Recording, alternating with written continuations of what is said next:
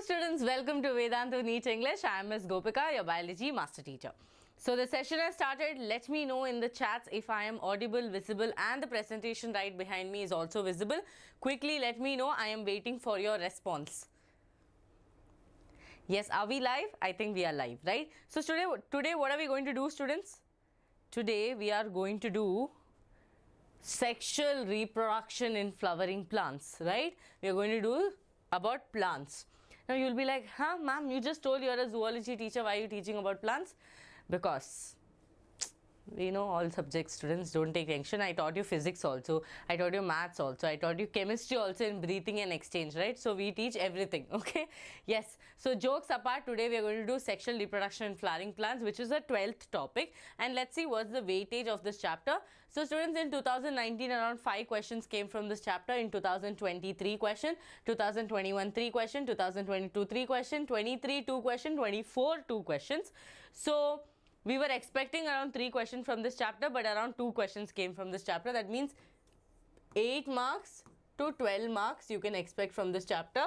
Sometimes even see, in 2019 around 5 questions came, around 20, okay, 20 marks came from this, okay. So quickly smash the like button. I want to see all of your attendance, otherwise class will not happen.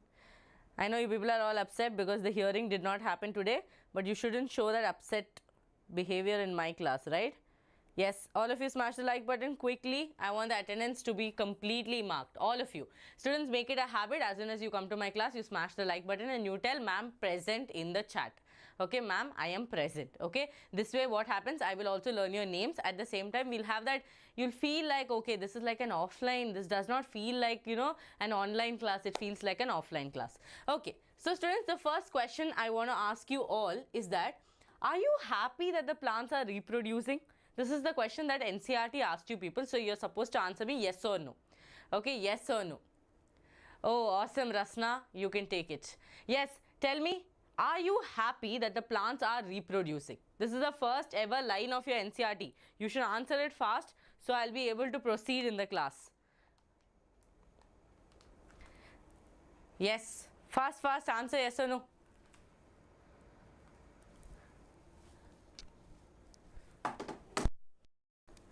Yes, ma'am. Okay. Yes, of course, ma'am. Okay. Yes, ma'am. Okay.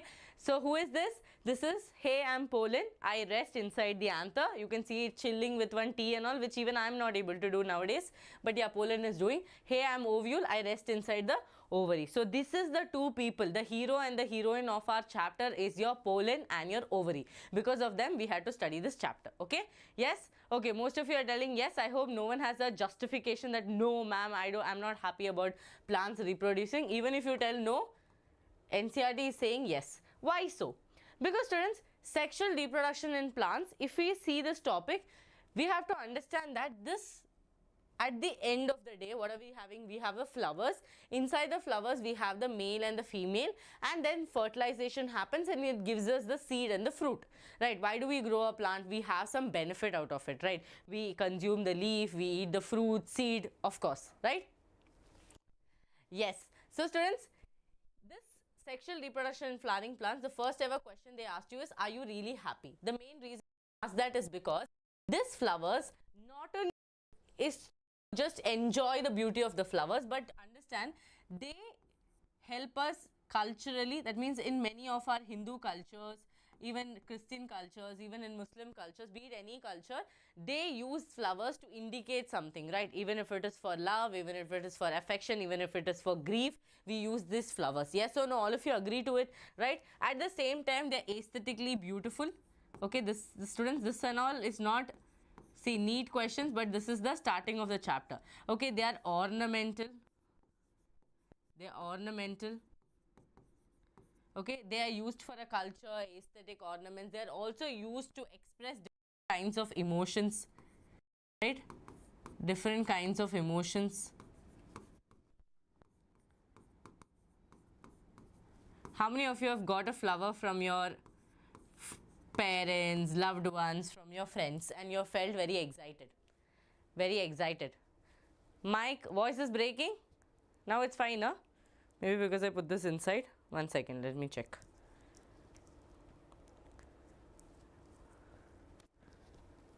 Okay, tell me now, is it fine?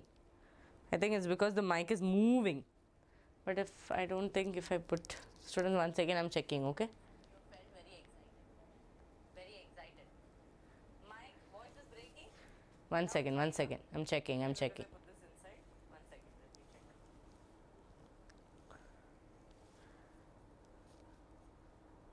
Okay, tell me now. I think it should be fine now.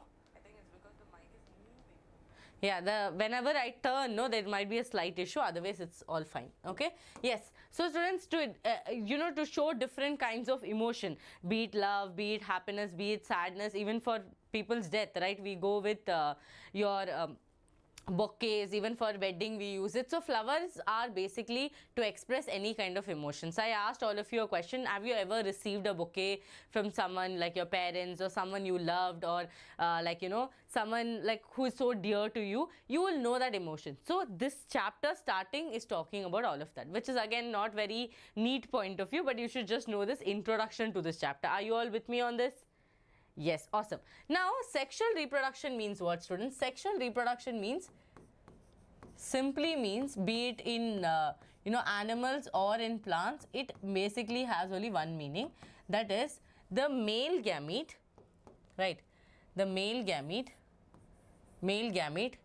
and there is a female gamete, and this both are fusing and giving us a zygote, right? A diploid zygote, because this will be N, this will be N, and this will give us 2N. This is the ultimate, or this is the simplest definition of sexual reproduction, right? Sexual reproduction.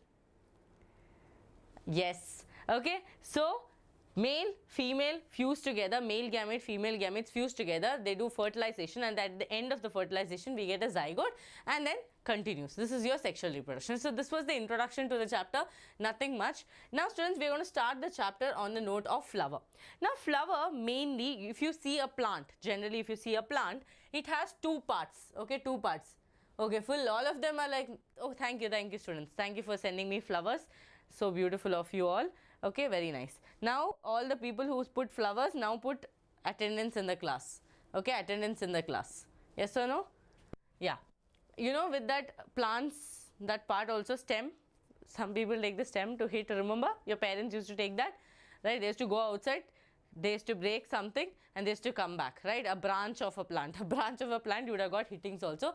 So don't only think about the good memories, think about the other beautiful ones also, getting hittings from your parents.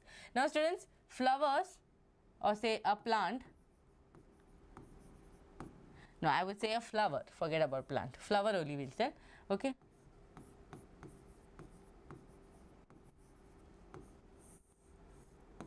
Has two parts.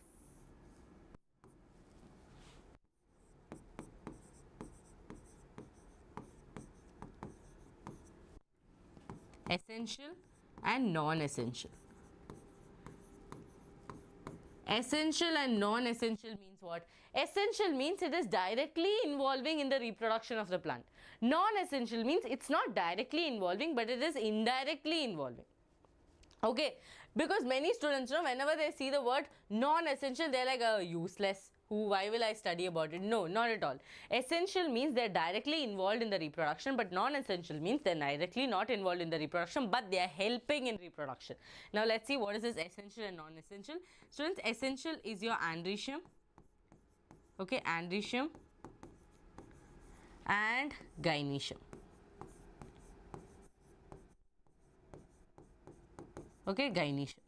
Essential is your androecium and your gynoecium. Is this clear? Yes, awesome. Okay. Now, when I see non-essential, when I say non-essential, whom do I talk about? I talk about calyx and corolla. So simply means that essential part is directly involving in reproduction, but non-essential part is not directly involving reproduction, but they are actually helping. Now let's see how they are going to help. Okay, how they are going to help. Student, look here, androecium, gynoecium. Androecium is the male part of the flower and gynoecium will have the female part of the flower. Here if you see non-essential, you have calyx and corolla. Now calyx, who forms the unit of the calyx? The unit, all of you would have seen this, right? Sepals. Sepals constitute, see, these are the whorls of a flower. whorls of a flower, you have androecium, gynoecium, calyx, corolla. They have multiple units as well, right? Now this is a class, okay, this is a class. So many students are in this class. Gopika ma'am's class is there. This is the class. Inside a lot of students are there. They are you people are becomes the unit of the class, right? So same way, calyx is the whorl and it is made up of a unit of sepals, okay? Now if I draw sepals, all of you would have seen this. Yes, all of you would have seen this in a plant. This is your sepal. Okay, then if I say corolla, who doesn't know corolla? Corolla forms the petals, right? Corolla, the whorl corolla will have petals as its unit. Now you people tell me, don't you think these two people are actually helping in the entire reproduction process? Because how do an insect get attracted to a plant? An insect get attracted to the plant by looking at the flowers. How do you people know that it is rose or sunflower or all that? Looking at the flowers, you find it very beautiful, right? Earlier you people used to take photo, no, like this, used to hold hibiscus and stand in Facebook and tell being loved with 10 other people. Okay, I used to always remember seeing, I think our parents, okay, mainly our parents, we are all little aesthetic people, but if you see our parents before Facebook post, they will have one hibiscus plant, they'll be holding on that hibiscus plant and they'll be like feeling loved with 10 others. They don't even know who that 10 people are. Whoever they found, they put. So flower is an indication that we have gone to some place. Now if we go to Kodaikanal, Ooty, other places, anywhere they see a tree or a flower, immediately our parents will be like, you take photo near, you take photo here, okay, near the plant, okay, and then I'll put. So exactly. So that was, now we find it very, we tell cringe, weird and all the words we use, fancy words, but back then we all have done it. We all have done it at least once in our life, holding a flower, standing near a tree. So flowers are a beautiful indications, okay? So yes, corolla is your petals. The units are petals, okay? Now when I talk about androecium and gynoecium, students, androecium we have stamens, okay? Androecium, the units are stamens, and in your gynoecium it is your pistil or carpel. Pistil or carpel, okay? Pistil or carpel, yes or no? True. Okay, so those who joined right now, quickly smash the like button. Yes, kind of. Okay, someone is like, oh, ma'am, I didn't do it fully. Like, kind of I have done it in my life, okay? Boys editing is next level, students. Girls used to stand near flower, keep flower on the head and take photo. Boys used to, what they used to do, they used to put that Batman outfit, then they used to stand on a bike, not even sit on a bike, stand on a bike, hold one whole tree on their hand like this. So the editing skills in before COVID used to be like a meme by itself. Okay, so yes, so these are the entire constitution of it. Now if I draw a flower, students, I have to draw a flower, okay? So I'm going to draw a flower.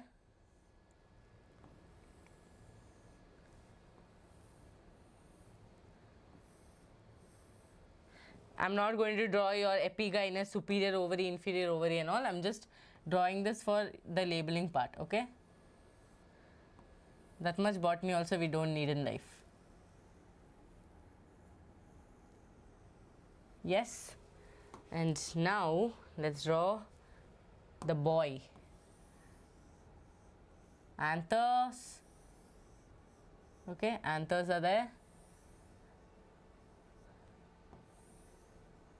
Okay, anthers are there. Yes. Now let's draw the petals. Only 2 petals, okay? Special flower this is. Yes, this is a flower. Yes, okay. Okay, yes. Fine. So students, let's label the parts. Okay, let's label the parts. See, now I've drawn the receptacle and thalamus. Now it is open, like it's broad enough that I've drawn, but you know it is not this broad also. Okay, this is just to make you label easily. Okay, so 1 second, if I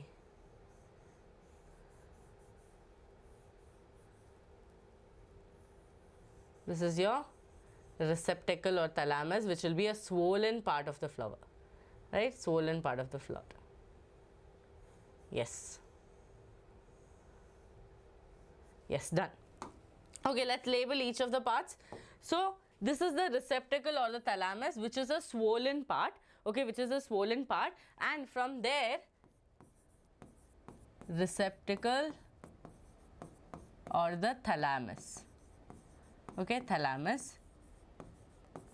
From there, if you go to the top, you have this bulged portion or the swollen portion, which is the ovary. Okay, which is the ovary. Now students, inside the ovary, the ovules are going to be there. Okay, inside the ovaries, who is going to be there? Ovules will be there, and they can have different kind of arrangement. They can have different kind of arrangement. Now inside this, ovules are there. Ovules are there. This long slender structure that you're seeing here on the anther is called as your filament. I know this you would have studied in your 6th standard EVS and all that, but you have to study it now also, okay? And then this portion is your style. Girls never leave style, yeah. Style, stigma, stigma. Okay? This is anther. This is your anther. Yes or no? Yeah? Stigma, style, ovary, your anther, filament, your receptacle, thalamus. This is the parts of the flower. Are we done? Okay, are we done? And then you have inside the ovary, ovules. Clear? Easy, no? This is all simple things that you have studied before.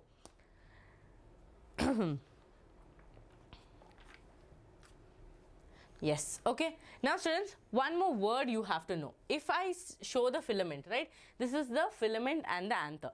This becomes, this portion which is attaching, the filament end which is attaching to the thalamus will becomes the proximal end, and the one that is far from it, right, far from the attachment will be called the distal end. Okay, something that is at very, distant, right, very distant, that will be called as the distal end. The one which is closer or attached to something will be called the proximal end. So if someone asks you, if the question comes about the proximal end and the distal end, you have to know this part becomes the proximal end. That means where the filament is attaching to the receptacle or the petal or something, that becomes the proximal end, and the one that is far away is called the distal end. Yes or no? So I'll draw it down and I'll show you.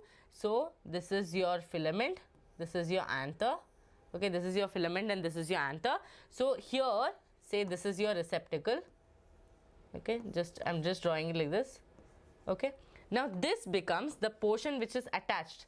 This becomes the proximal end. Actually, questions have come on this, okay? Don't be like, hey, what is ma'am telling? This becomes the proximal end and the anther becomes the distal end. Okay, distal end. Now, students, see, when the plant is grown itself, they know, even if the flower is not arising, they already know that the flower has to be formed. That means the fate is already decided. The moment the fate is decided, they will immediately start doing the hormonal and the structural changes in that plants. Okay, now you have already decided to crack NEET, you have already, adjusted yourself to do that, right? The fate, you becoming a doctor is already decided. On that you are preparing. Same way, even at the plant, the moment the plant is grown, we know, or the plant decides that flower has to be formed, immediately the hormonal and the structural changes will be done for it. Okay, awesome. That is the basic thing about it. So students, this is your flower and this is the main non-essential and the essential part of the flower. Now, all the flowering plants, one statement is given in your NCERT. How many of you remember this? Okay. All the flowering plants are sexually reproducing. Yes, flower is a sexual or reproductive organ of a flower. Reproductive organ of a flower. Is this clear? Okay, is this clear? Now these are the units, okay, these are the units. Now your pistil, your stamen, pistil again has multiple parts, okay, that we are going to do again here. Now students, there are pre-fertilization events. So understand, in this chapter you will be studying 3 events, okay, 3 events. What are the 3 events? The events goes like this. First event is going to be a pre-fertilization event. Fertilization event. Simple, like before the marriage, right, we do a preparation. Before the exam, we do a kind of preparation. That becomes a preparation, right? So pre-fertilization event. Then your second event is the fertilization. That means actual time when you're writing your exam, when the marriage has happened, okay, fertilization. And the third becomes the post-fertilization. After your exam, how things are going, like you'll be relaxing, okay, or you'll be waiting for Supreme Court hearing. So depending on what situation our life is, these things will happen. Okay, so 3 stages are there: pre-fertilization, post-fertilization and pre-fertilization, fertilization, post-fertilization. Pre-fertilization means, as I told you, the plant has already decided to form a flower. Immediately they'll start making the structural and the hormonal changes. Okay, clear? Yes, very good. Pre-fertilization, fertilization and post-fertilization. Awesome, awesome. Okay, awesome. Yes. Yeah, the likes are very disappointing. Yes, like now. Exactly, exactly, Hasini. That's why I told this. Okay. Okay. So, this is already decided by the plant that, okay, the flower has to be formed and we will do that. Okay, we will do that. So, here in the pre-fertilization event, we would say that if the flower has to be formed, it will be ready to form the floral primordium. Okay, floral primordium. Primordium means an organ or a tissue. So they are already setting up the whole process. They are setting up the whole process. Now you should understand, students, in your floral primordium, there is something called as inflorescence. Okay, if I put it in bracket, you will think same word it is. Okay, there is a word called as inflorescence. All of you know this word inflorescence, yes or no? Inflorescence. That means it's very simple. See, what is the goal of the flower, or what is the role of this flower? To attract insects, to bear the male and the female organ. But there are flowers where the flowers are very, very small. Very, very small. Now the insects will not be able to see it, or the insects will not be able to attract, okay, get attracted to this. So that what these people will do, they will do a bunch of inflorescence. That means a bunch of flowers which are arranged together, and they will look beautiful, they will look attractive, they will look large enough to attract an insect. So inflorescence are of two types. Which are the two types of inflorescence?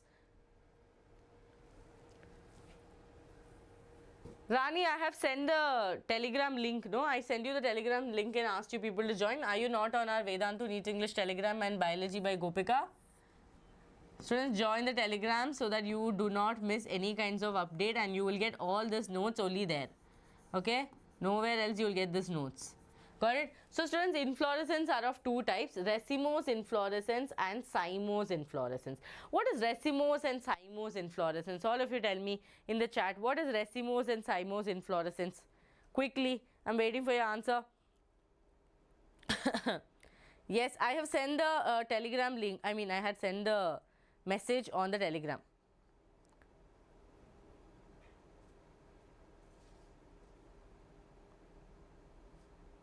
Yes, answer, all of you. Who is racemose? Yes, very good.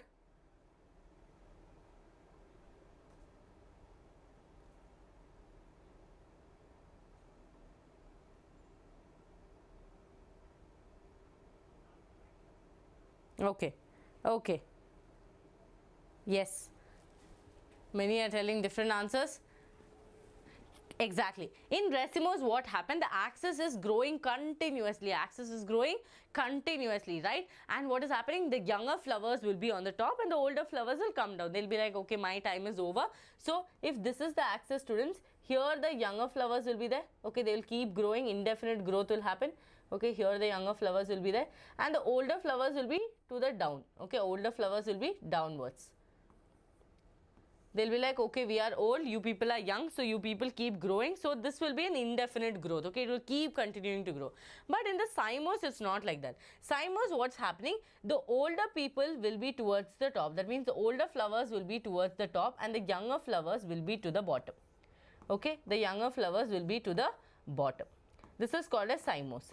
If you notice nowadays on, on the all social medias, online medias, you will see some parents dancing, like some grandparents will be dancing, parents will be dancing. They have so much energy at this age also, 40, 65, even at 70 people are dancing. So this cymose is like that. The older people will be like, you shut up and be down, I will go up. I am very smart and active, you do not call me old. So here what is happening? Older flowers are to the top, younger flowers are to the down. Okay? Yes? Awesome, awesome. Okay, so students, this is the type of inflorescence. This inflorescence is basically for only one purpose, to attract more insects, because the flowers are too small and insects will not get attracted. So they form a bunch to continue this process. Okay, now when I was talking about pre-fertilization event, as I told you, flower has to be made. That's, hormonal and structural changes will be done. Hormonal and structural changes will be done by the plant. Okay, this class also has a speciality. The speciality is that I have put NCERT SNP. So we will be studying NCERT as well as I will be teaching and drawing and teaching you. So this way you will not have to go back and read your NCERT. Okay, done. This is the main task of today, where I will be teaching you NCERT. At the same time, I will also explain and teach you. Got it? Yes, very good. Very good. Okay, so here students, androecium, gynoecium, all this is getting to form because that is a pre-fertilization event. Fertilization is going to be the next stage, so we have to do something before that. It is the formation of your androecium, gynoecium, flowers, all the structural hormonal changes, all this. Done? All the structural hormonal changes and all of it. Okay, now I am writing it here. Is blue visible? Okay, so formation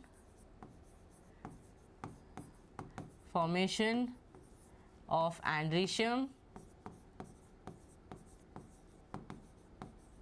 and gynoecium. Androecium and gynoecium. So pre-fertilization event, there is a paragraph given in NCERT. Let's just see the paragraph. Much before the actual flower is seen on the plant, the decision, okay, the decision that the plant is going to flower has been taken place. Plants are more organized than us. See, plants know what to do, when to do. Several hormonal and structural changes are initiated which lead to differentiation and further development of the floral primordium. Okay, floral primordium. Primordium means any organ or a tissue. Okay, floral part. Understood? Inflorescences are formed which bear the floral buds and then the flowers. So all this decision have been made. Okay, and also any kind of modification that has to be made also will be made by the plant. Okay, in the flower, the male and the female reproductive structures, that is the androecium and the gynoecium, differentiate and develop. You would recollect that the androecium consists of a whorl of stamen representing the male reproductive organ and the gynoecium represents the female reproductive organ. So understand, these are whorls. Androecium, gynoecium is a whorl, and inside that there are separate units. Okay, inside that there are separate units. Now let's talk about stamen. What do we know about stamen? So students, stamen basically has two portions, right? Two parts. What is it? Anther and filament. Anther and filament. Now if I talk about anther, I have to talk a lot about anther.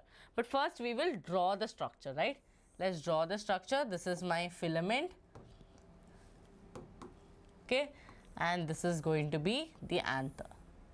If you look at the anther, don't you see that there are two lobes in the anther? Yes or no? The diagram I drew, it has two lobes. Okay, it has two lobes. Two lobes are definitely present. So can I call it bilobed? Can I call it bilobed? Yes, ma'am, you can call it bilobed because anther has two lobes and I will call it bilobed.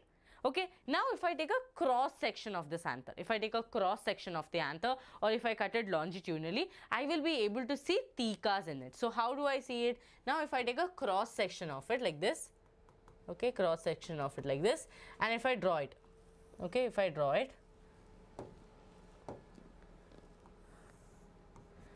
I will be able to see something like this. Okay, this is the filament again and this will be the anther. Students, I will not be able to draw exactly like that. Okay, something like this I will be able to see. A cross section, right? A cross section I had taken. The top part also is here. Okay, top part is also is here, and here also there is the top part. Yes, this will be the cross section. Now when I did the cross section also, I am able to see some different types of lobes or 𝐤𝐤𝐞𝐜s. So that is, in each of this there is going to be a 𝐤𝐤𝐞𝐜. There is going to be 𝐤𝐤𝐞𝐜. Yes or no? So 4 𝐤𝐤𝐞𝐜s are there. That means 2 in each lobe. Any doubt in this? Any doubt in this? All of you tell me in the chats. Very good. No doubts, ma'am. Okay, no doubts. So it's a bilobed structure. Di-𝐤𝐤𝐞𝐜s they are telling. Okay, that means in each lobe there will be 2 𝐤𝐤𝐞𝐜s. So let's say I erase this diagram and I draw a completely, complete structure of how the anther would look like. Something like this it would look like, students. Okay, they would look like this. Okay, they would look like this. And if I draw the 2 lobes and if I draw the 𝐤𝐤𝐞𝐜s, they would look like this. Okay, they would look like this. See? And those 2 lobes are connected with the help of a connective. Okay, there's a connective in between which connects them. So what and all do I know about anther? I understood that the anther is bilobed because two lobes are there, they are bilobed. Okay, they're bilobed. After that, I got to know that each lobe has two thecas. So I'm going to call it dithecus. I'm going to call it dithecus. And if I call, students, these each thecas can also be called as sporangia, okay, sporangia. So we call it tetrasporangiate, okay, tetrasporangiate. Now microspore, all that we will come into, but right now understand this anther is also tetrasporangiate, tetrasporangiate.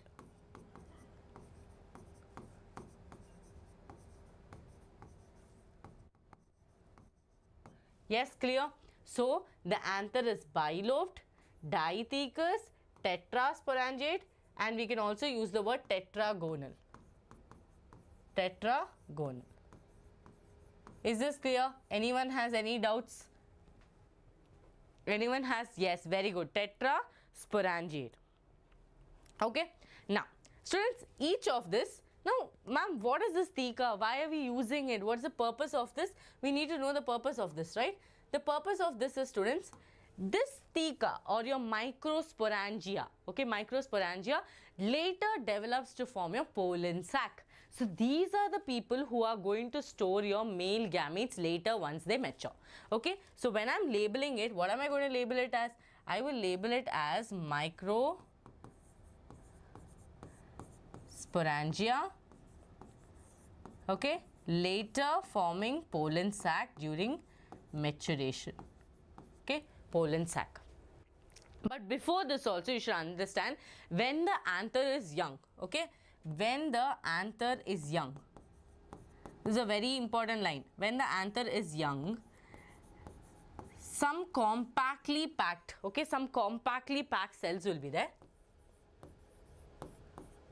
compactly packed cells will be there. Students, that cells are called as sporogenous tissues. Many cells will be there, okay, sporogenous tissues.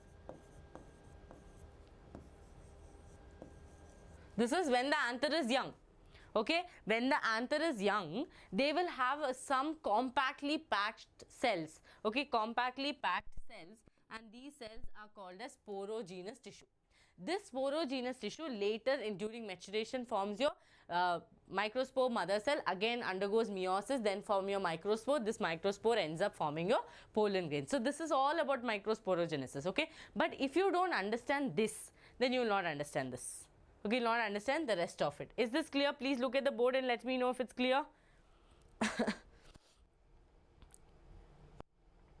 Everyone in the class, is it clear?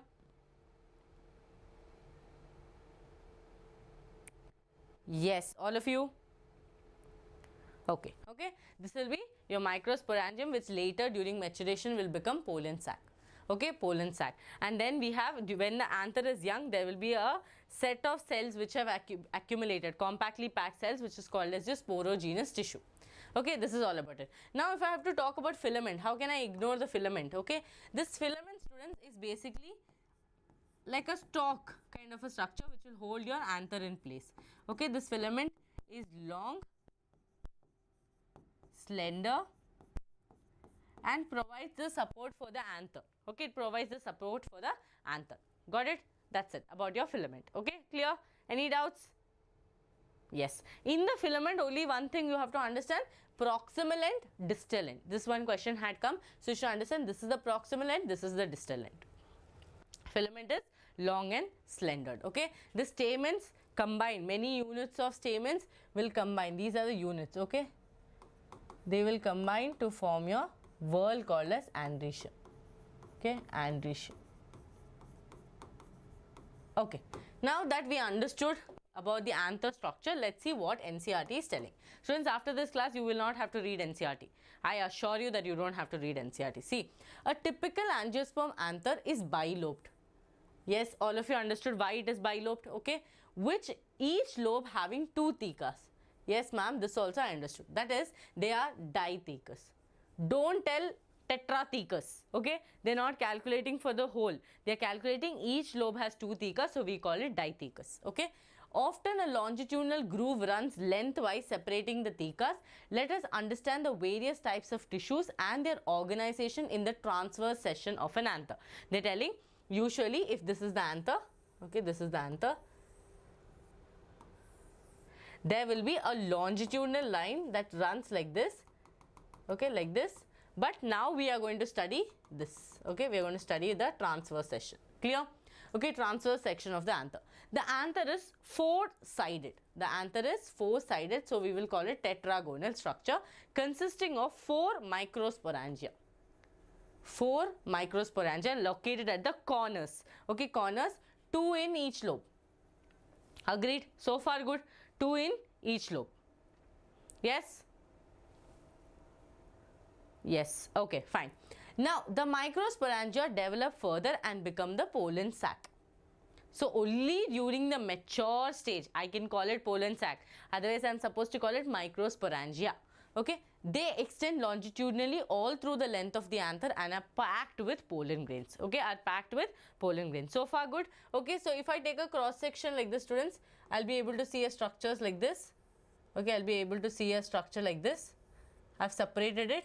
Inside this, what will I be able to see? I'll be able to see a lot of pollen grains. Okay, during maturity, I'll be able to see a lot of pollen grains.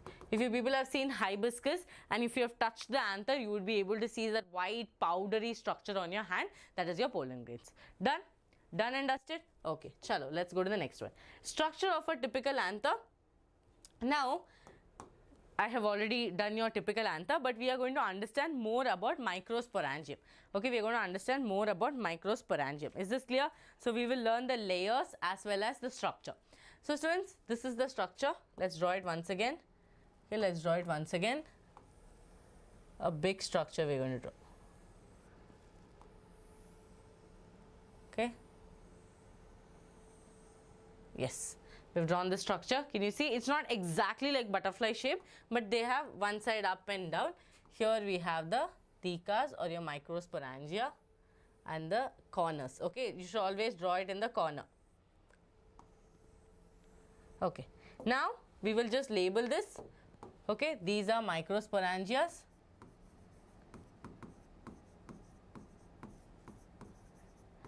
Sporangia. When the anther is young, okay, when the anther reaches maturity, okay, when the anther reaches maturity, I will be able to call it pollen sac, which are filled with pollen grains, okay, which will be filled with pollen grains, okay. Now, how is this both lobes connected to each other? They have a connective, right? Each of the lobes are connected with each other with a connective in between. Connective in between. Is this clear? Any doubts? Ask me now.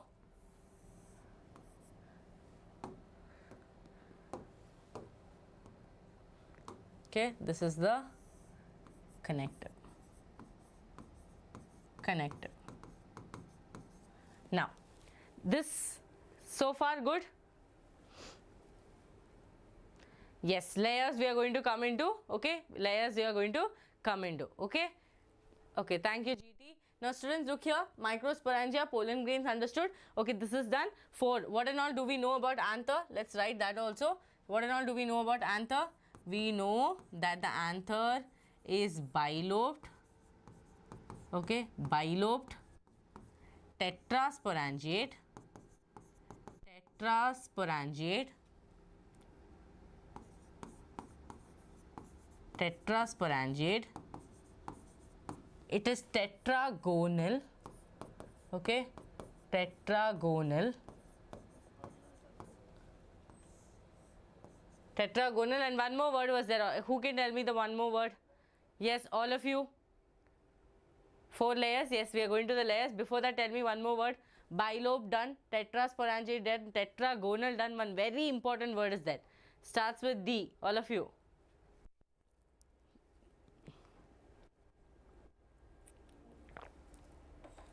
Very good, Madhumita. Dithecus. Dithecus. Yes, I do not see Madhumita's comment. I do not see Hasini's, Hasini's comment. I saw Pavitra's comment. Okay, you people are not commenting. Jay's comment. You people are not commenting well on my videos. I do not see your names. Okay, Neha, Nayana, where's all of you people's comment? Okay, so students, anthers are bilobe, tetrasporangiate, tetragonal and dithecous in nature. This is all about your anther. Now we are going to learn the layers. Okay, now we are going to learn the layers here. What are the layers of this anther? Students, this anther, if I again draw a small structure here, okay, like how many times I drew heart, now I have to draw this. Okay, this is an anther, and if I take this portion, okay, this portion of the anther like this, and I do an enlarged structure of this, I know that this anther is made up of around 4 layers. Okay, protection, 4 layers are protecting it. Around 4 layers are there. And who are the 4 layers? The 4 layers are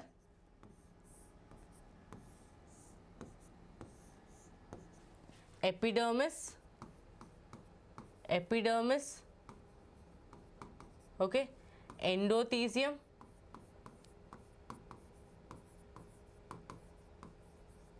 middle layer, and tapetum. These are the 4 layers of your anther. These are the 4 layers of your anther. Yes? Oh, awesome, Hasini. Elephant eats my tomato. I had told this in last class, okay? When when I was teaching for 2024, I had told elephant eats my tomato because many students get confused between epidermis, endothelium and middle layer. So I thought, okay, I'll make one way to remember for this. Okay? Students, in that your epidermis is a single layer. Okay, epidermis is a single layer. Then we have endothelium. Okay, we have endothelium. Again, endothelium also is a single layer. Then we have middle layer. Okay, middle layer, which is around multiple layers. Okay, multiple layers are there. Say I draw it like this. This is your middle layer. One more layer I can draw. Middle layer can be 2 to 3 layers. Okay, middle layer, and then we have your tapetum. Okay, then we have our tapetum, which is a nourishment layer, which provides nourishment for the growing embryos, for the growing pollen grains. Okay, pollen grains. Now, students, what is so special about these 3 layers? We are going to write the ploidy of this level because I saw many questions on the ploidy. Now, what happens is we tell so many other things about this layer, we forget about the ploidy. So, now we'll write about the ploidy. But before that, I want you to understand epidermis, endothelium and the middle layer mainly does two functions. Okay, 2 functions. What is that function? They help in protection. Okay, they are mainly for protection and dehiscence. They mainly for protection and dehiscence. These 3 layers, epidermis, endothelium, middle layer, mainly for protection and helping the anther to dehiscent. But what about tapetum? Tapetum is not like these people. Okay, tapetum is little special because tapetum provides the nourishment. Okay, tapetum provides the nourishment. Not only nourishment, students, it also releases some kinds of enzymes to help us in microsporogenesis. Okay, it helps us with nourishment of the pollen grain growing. They help the pollen grains to grow. They provide the nourishment at the same time. Okay, at the same time, they also help in releasing some enzymes. Okay, and some enzymes for your microsporogenesis. When I teach you microsporogenesis, you will understand this. Awesome. Good to go. Yes, good to go. Very good. Yes, nourishment. Nourishment. Students, we'll draw one box and write it. Okay, we'll draw one box and write it. Are you all ready? Yes, nourishment, nutritional. So, this is the layers of your anther. Okay, layers of your anther. Students, so sad. Anther looks so bad without microsporangia. Okay, microsporangia. Yes. Now, I'll show you the diagram in your NCERT. Look here. Your NCERT diagram. You can see that a small portion is taken. Okay, the first layer is your epidermis, endothelium, middle layer, microspore, mother cell and your tapetum. That is, when they took a small portion, a microsporangia also was taken half, right? So, in the microsporangia, what will be there? Your microspore mother cell will be there. I told you the sporogenous tissues have compactly got arranged. Later during maturation, they will become your microspore mother cell. Okay, done? Done? Now, we will draw one box. Okay, we will draw one box. Okay, 1 second, students. Okay, here only we'll draw the box. Okay, I've put heading microsporogenesis, but here we'll draw a box to know about each of the layers. Okay, all the layers you have to know. Yes. 1, 2, 3. Yes. Okay, done. Now let's write. All of you, I want you to write this with me. I know you will get the notes, but still write it with me. We have to know few things about these layers. Okay, we have to know few things about these layers. These are the things we are going to know. Yes. Okay. What are the things we have to know? Okay, what are the things we have to know? So students, first we will write layers. Okay, layers. Next we will write their function. Okay, function and more about it. And then we will write their ploidy. Okay, ploidy. Yes, ready? All of you? All of you ready? Yes, ma'am, ready. Okay, chalo, let's start about the first wall layers, that is the epidermis. Students, epidermis is like the principal. Okay, epidermis is like the principal. Okay, principal is single and it is the outermost layer and it has more authority in protection. Okay, so it is the outermost layer. Outermost layer. And it does mainly protection. It does mainly protection. Now, can anyone tell me the ploidy level of epidermis? Can anyone tell me the ploidy level of epidermis, all of you? Anyone try? Just give it a try. So, epidermis, it is the outermost layer and it is going to do the protection of the pollen sac. Okay, they are going to do the protection of the pollen sac. And students, this is a single layer. Okay, this is single layer. Even your endothecium is a single layer. Why you have to know single layer? Because you have to know which is multi-layered. We have to know which is binucleated, multinucleated. All this to know only. I'm telling again and again, this fellow is single. Who epidermis is single layer. Students, the ploidy is diploid. Okay, diploid. Diploid is the ploidy. Clear? Any doubts? Yes, very good, very good. 𝐂𝐤, who was that? Diploid. Some people told haploid. Students, diploid. Two. Wow. Ma'am, haploid or diploid? You choose. Okay, because you are the teacher, you should be able to know this. You choose. Okay, I don't have time to choose. Fine. So, students, epidermis done. It is the outermost layer. It does the protection of the pollen sac and the ploidy is diploid. Okay. The next one is endothecium. Endothecium. This layer is the layer next to the epidermis. Yes or no? Okay. It is present inner to the epidermis. Now, what does this layer do? Okay. This layer is inner to the epidermis. Inner to the epidermis. Students, I am writing. I could have just taken an NCERT and read, but I am writing and making you read NCERT. So, all you have to do is after the session, let me know how was my botany class. Okay. And you should also let me know if you understood everything. Fine. Okay. So, inner to the epidermis, students. And this fellow mainly does the job of dehiscence. Okay. What does it do? What does it do, all of you? Mainly does the job of dehiscence. Now, understand, if the anther does not break open, then the pollen grains will be never released. So, we have to make sure that hygroscopic nature of anther, no? That means we have to dry out the anther so that the anther will break. So, this people mainly helps in dehiscence. Dehiscence. This one's ploidy level is also diploid. This one's ploidy level is also diploid. Okay, done? Next layer is which one? Middle layer. Okay, middle layer.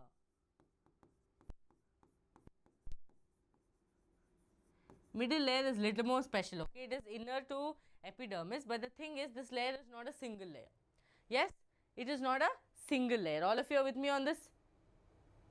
Yes. Okay, ma'am, it's not a single layer. This layer, this has around 1 to 3 layers. Okay, students, it is 1 to 3 layers. Okay, first I'll write it's inner to epidermis. Wait. Okay, it is inner to epidermis. This question had come, not this inner to epidermis, the next one I am going to tell. It has around 1 to 3 layers, and students, this is a short-lived layer. Okay, this is short-lived. So, the question had come, which is the short-lived layer. Okay, in your Anther, the answer should be middle layer because it has around 1 to 3 layers and this layer is short-lived. Okay, this layer is short-lived. Clear or not? Audible Rani, just leave the session and join back. Yes, 1 to 3 layers are then, and the cells of these layers are very, very short-lived. Okay, very, very short-lived. This person also helps in both protection and dehiscence. Okay, this also mainly helps in protection and dehiscence, but if you have to say a specific character, it degenerates in maturity. Okay, that is also one important point. It degenerates in maturity. So once this mature, this layer will get degenerated. This layer will get degenerated. All of you are with me on this, yes or no? Okay, this is also diploid in nature. Diploid in nature. Okay, now the last one is tapetum. Actually, tapetum is the hero. We have to write it separately, but I thought no need to do partiality with others. Tapetum. Yes. Students, tapetum is a very special layer. First of all, understand it is not going to do protection or dehiscence, but its main job is to do nourishment. Okay, and it is an inner layer to the epidermis. This layer does nourishment. Okay, nourishment, mainly nourishment. This is the main task of tapetum, to do nourishment for the growing pollen sac. Now, other than nourishment, what are the other things it does? It also does, students, it helps in releasing some enzymes. That enzymes will be actually used in microsporogenesis, like your enzyme like 𝐂𝐤. Voice is breaking? What is wrong here? Okay, nourishment mainly. For me it is okay. For other people, just let me know. To do nourishment for the growing pollen sac. Other people, just let me know if voice is breaking or not. Just check your internet, students. Mine is working properly.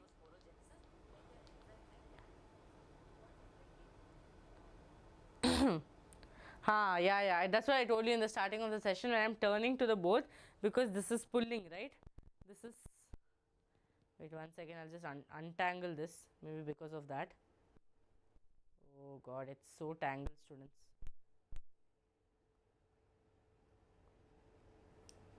I don't think this tangling will happen. Yeah, it got untangled. Okay, now it's fine. Little more better.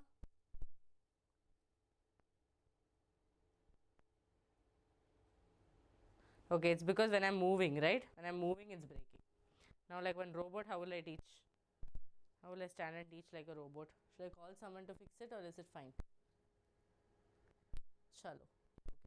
Okay. Now not audible. Yeah, so when I move that side, this side, this little problem will come. Otherwise, we are good to go. Okay? Okay, fine. Students, this one helps in nourishment, also releases some enzyme. They have dense cytoplasm with more nuclei. Okay, they have dense cytoplasm with more nuclei. Yeah, so when I move that side. Okay, got it. Okay, so I'll try avoid talking when I'm turning.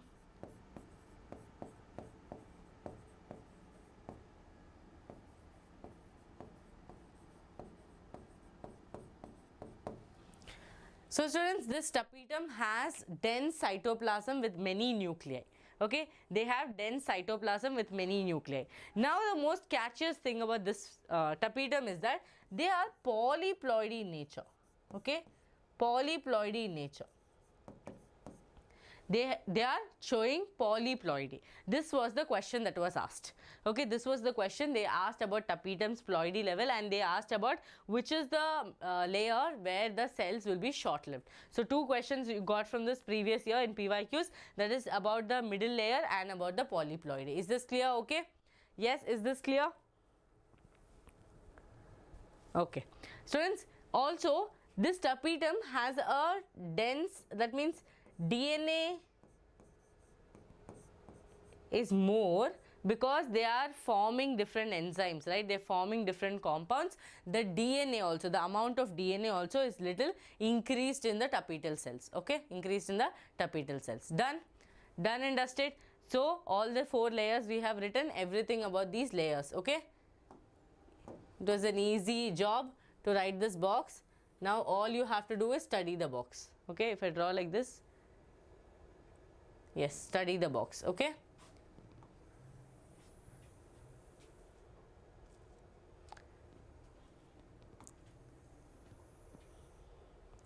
students, we have more to learn about tapetum. Okay, we will learn it. Yes, done. Okay, let's go to the next topic.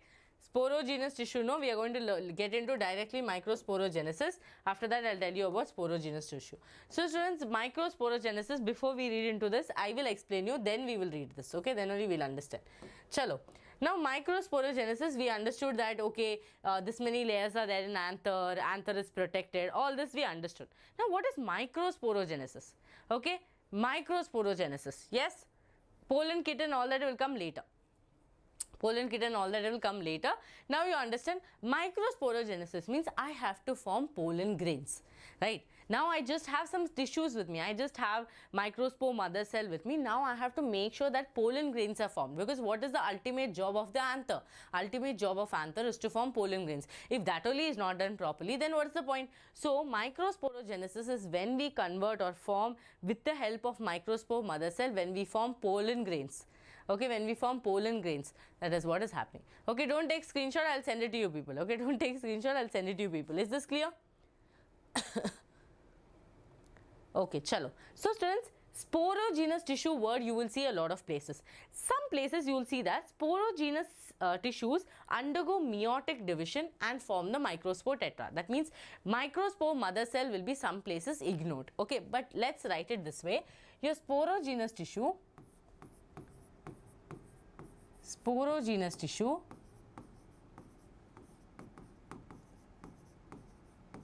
matures to form your microspore mother cell, or your sporogenous tissue undergoes meiotic division, form your microspore mother cell, MMC. This microspore mother cells will form your microspore tetrad,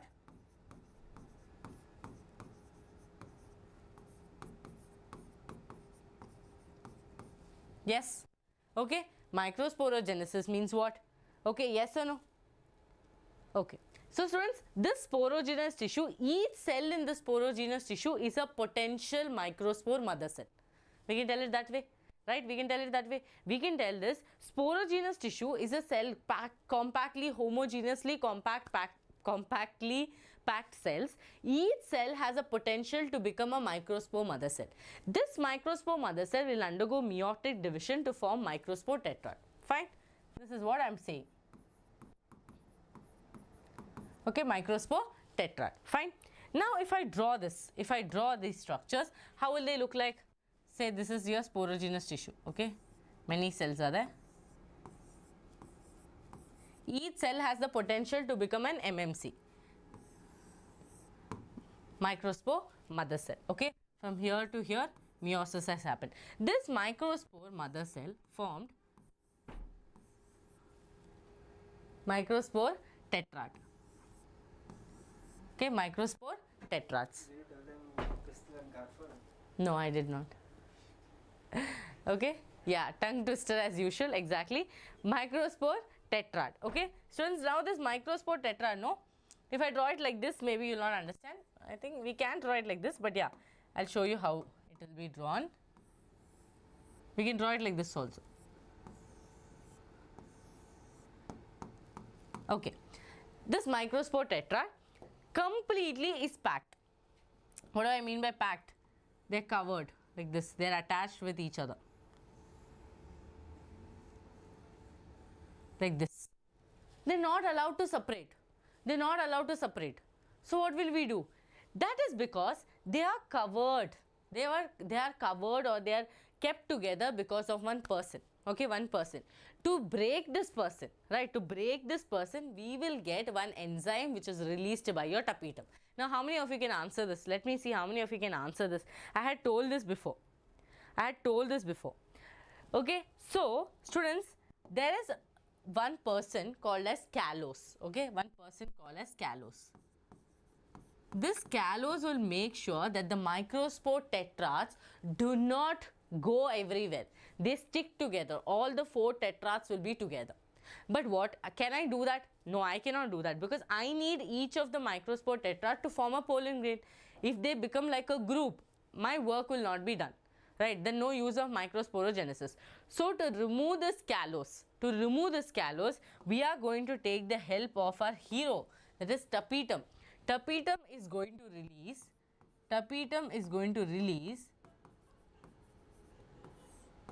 callase enzyme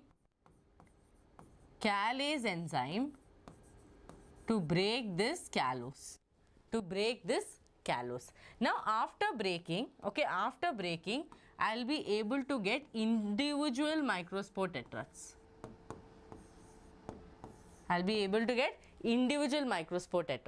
So far good? Yes or no? All of you tell me in the chats.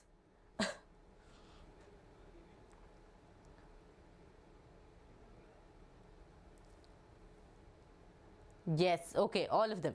Now we got free microspores, okay. Now free microspores, each of them will mature to form your pollen grain. Each of them will mature to form your pollen grain.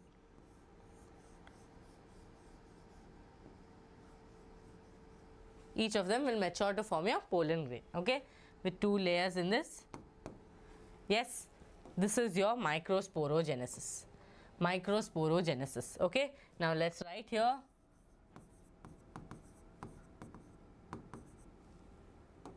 Oh, no. Relax.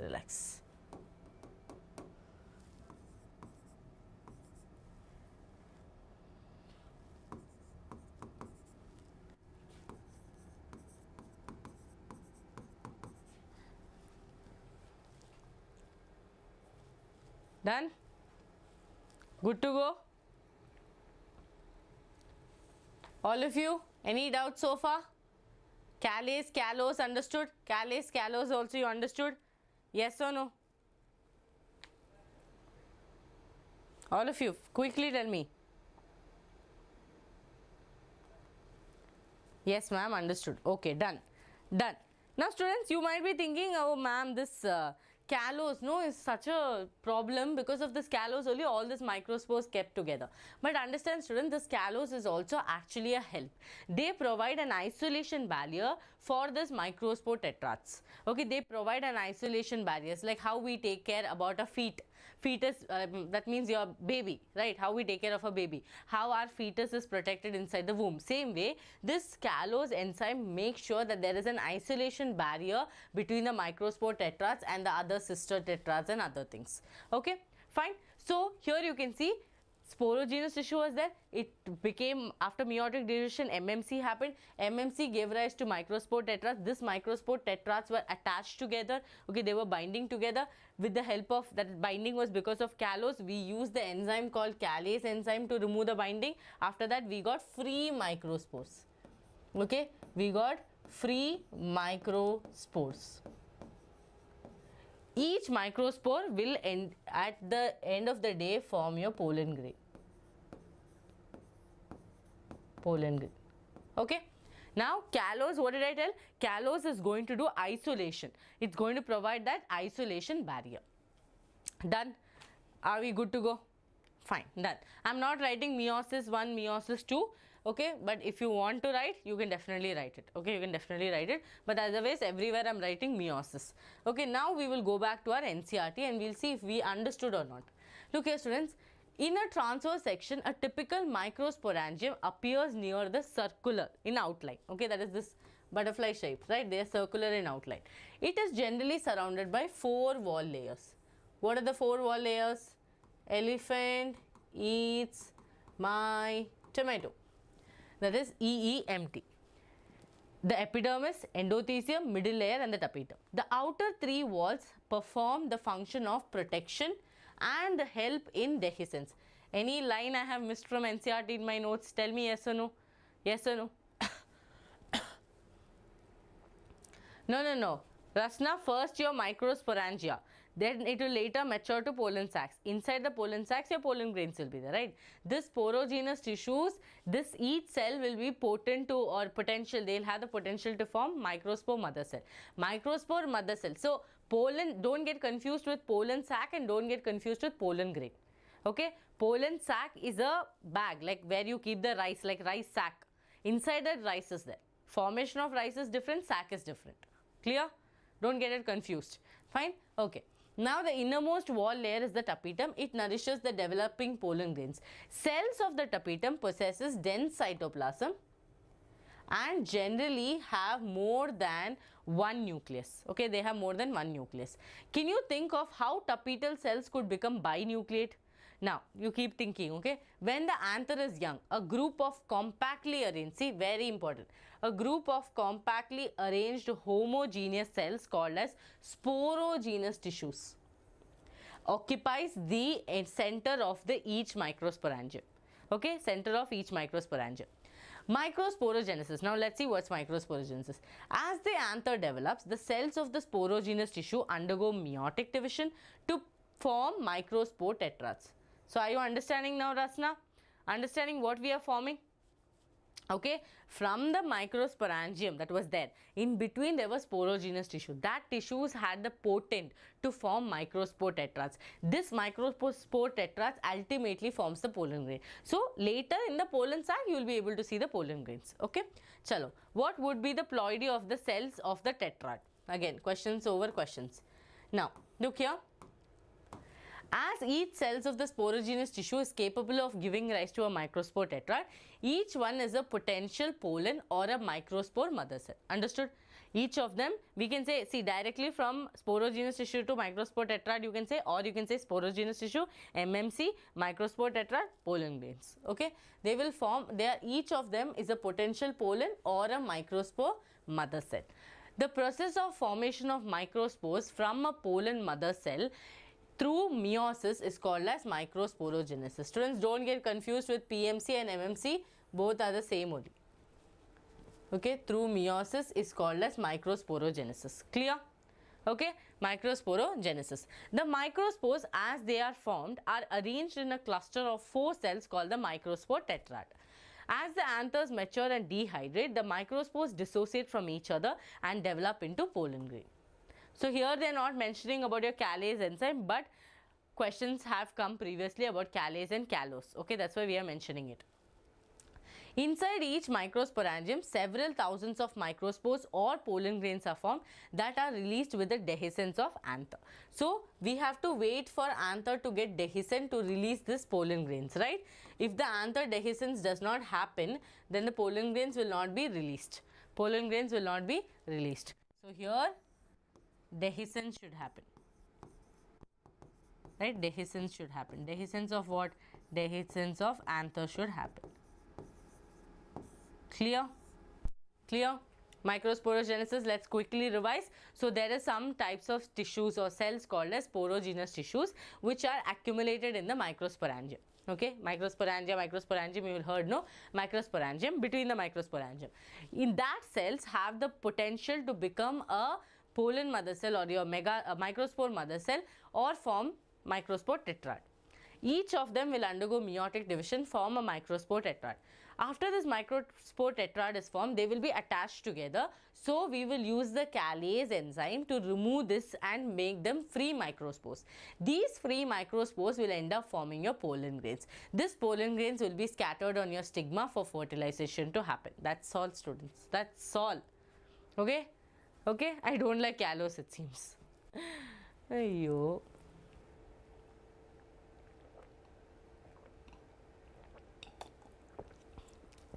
Students, drink water. Don't forget to drink water. This weather will tell you not to drink, but you should drink. Yes or no? Chalo, let's do pollen grain now. Now we have to do pollen grain, okay? Microsporogenesis is clear. Now we have to do pollen grain. Chalo, let's do pollen grain. See, pollen grain. Pollen grains can be of different size, shape, you know, some looks like your COVID, right? This looks like your coronavirus. So they can be of different size and shape.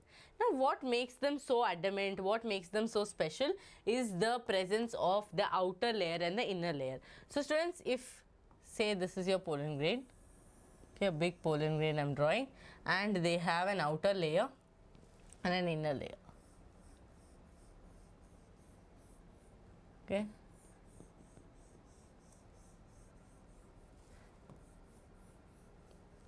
Okay, this is how your pollen grain looks like. Got it? This is a more beautiful pollen grain, but this much beautiful it might be there, I don't know. Yes. Now let's start labeling this. Understand, pollen grains have two layers. Okay, one outermost layer, one inner layer. Okay, one outermost layer and inner layer. So if I write about pollen grain, I should know that they have two layers. Two layers. The outer layer, okay, the outer layer is called the exine. What is it called? Exine. And the inner layer is called intine. Inner layer is called intine. Now students, the outer layer is so strong, okay, so strong that still now we haven't found anything that can damage this exine. Why so? Because this exine is made up of sporopollenin.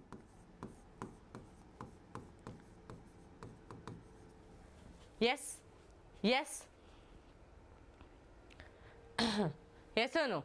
Okay, so this outermost layer, so pollen grains have two layers, exine and intine. Exine is the outermost layer. Exine is so strong, students, it is made up of sporopollenin, which still now we haven't found anything that can damage it, like any acid, any alkali, heat, nothing has ever damaged the sporopollenin. It is that strong.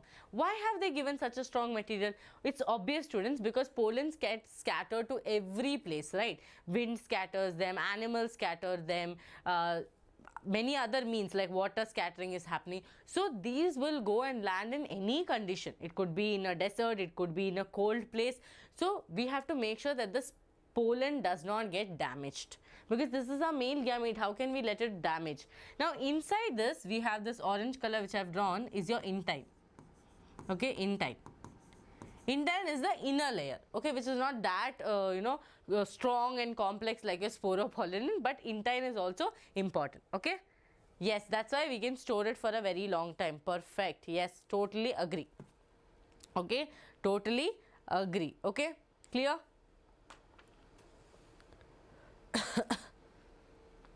Okay, chalo.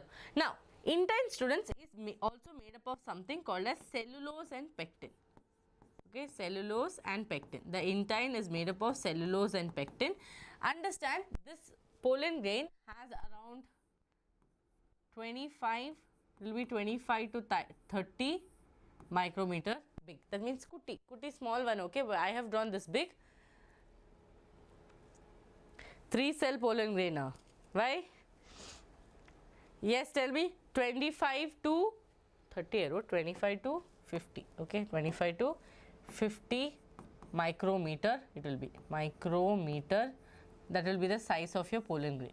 Okay, size of your pollen grain, 20 to 50 micrometer.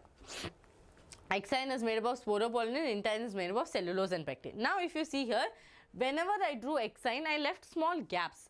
Those gaps are called as germ pore. Okay, what are these gaps called as? Germ pore. Why do I need germ pore, students? I told you, sporopollenin is such a hard material, it will not allow anything to pass through it, right? It will not get damaged at all. Then how will the pollen tube formation will happen? Only if the pollen tube formation happens, it will be able to reach all the way till the ovary. So to form that pollen tube, we have to leave these germ pores empty. Okay, we have to leave this germ pores empty. Is this clear to all of you? Yes or no? All of you tell me in the chats. Clear, easy, no? Pollen grains are very easy. Exactly. Germ pore is a place where the sporopollenin will be absent so that the pollen tube can germinate. So I am writing it here. This is the place where your pollen tube will germinate. Pollen tube will germinate. Okay, pollen tube will germinate.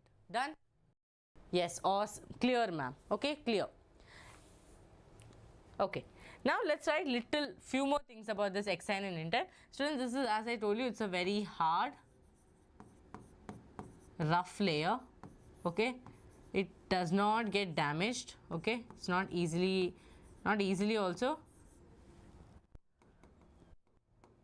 Okay, cannot destroy this layer, and wherever this layer is absent, that will form the germ pore. This is a better, like, we can't say it's hard, it's a normal layer. Okay, normal layer, and this layer is present inner to the exine.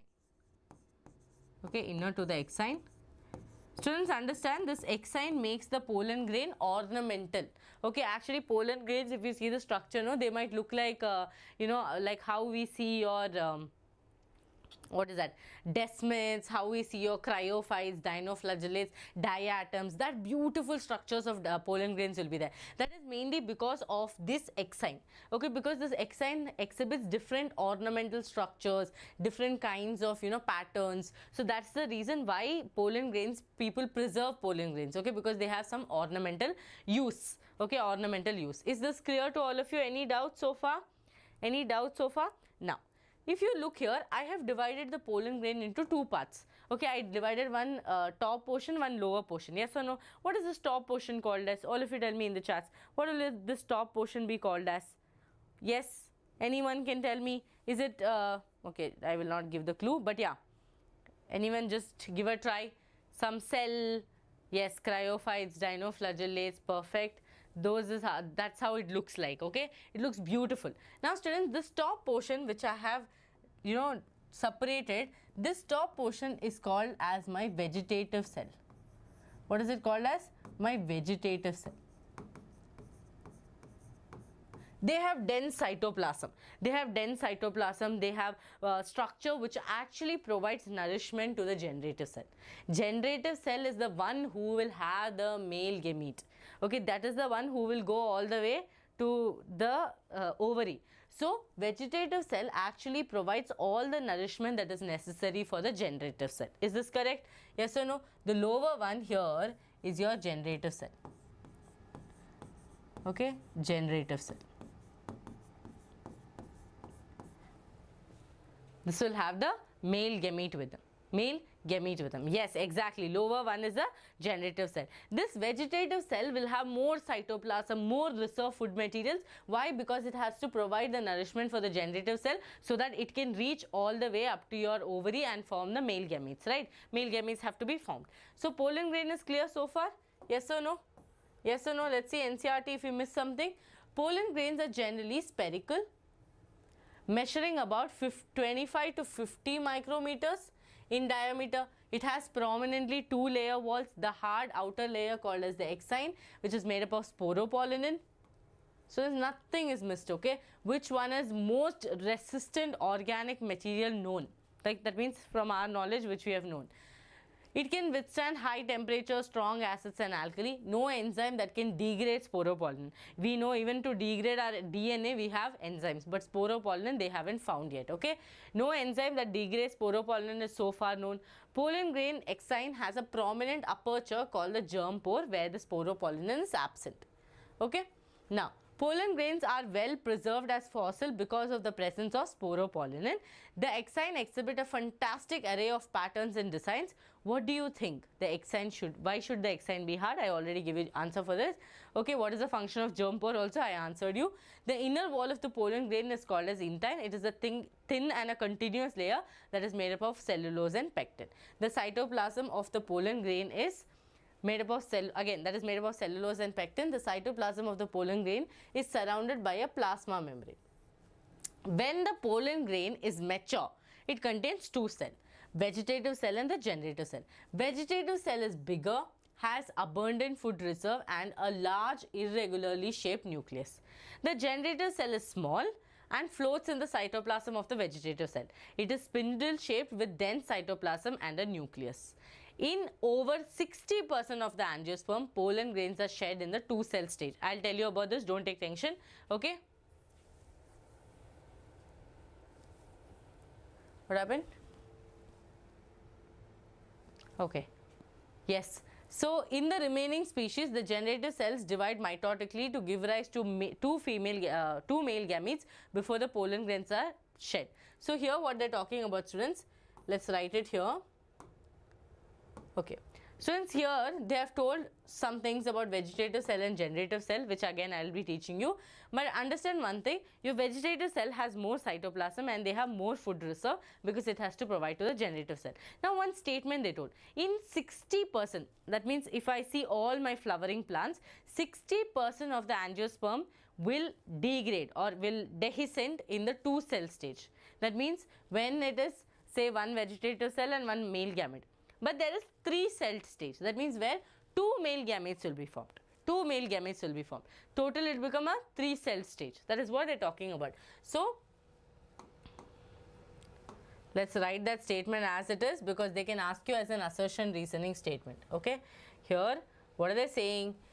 In 60%, okay, angiosperms dehiscence in 2 cell stage. Okay, 2 cell stage. That is where they have one vegetative cell, one generative cell, 2 cell stage, one male gamete will be there in the generative cell. But the rest 40%, okay, will dehiscence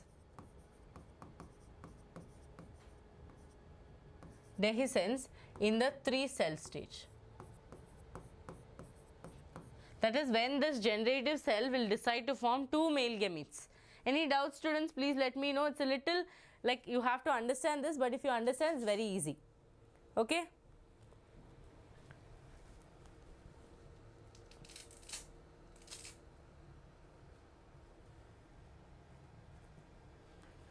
Fine, easy. So here understand, here the 40% dehiscence will happen in the 3 cell stage. That is because the generative cell will mitotically divide and form 2 male gametes. Okay, 2 male gametes. But generally 60% will get over here. Okay, where there is one male gamete and one vegetative cell, 2 cell stage. But here this will happen mitotically. When the generative cell. Here only, students, you will study about triple fusion, double fertilization, all this you will study here. Chalo, understood? Now I want to write about vegetative cell and generative cells. Shall I write it here? We'll fit everything into one page. Okay, we'll fit everything into one page. Here I am going to write. Fine? Okay, chalo, let's write it here. Vegetative cell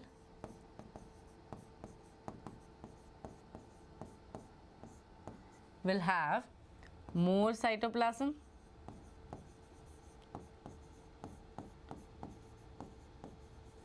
more food reserve,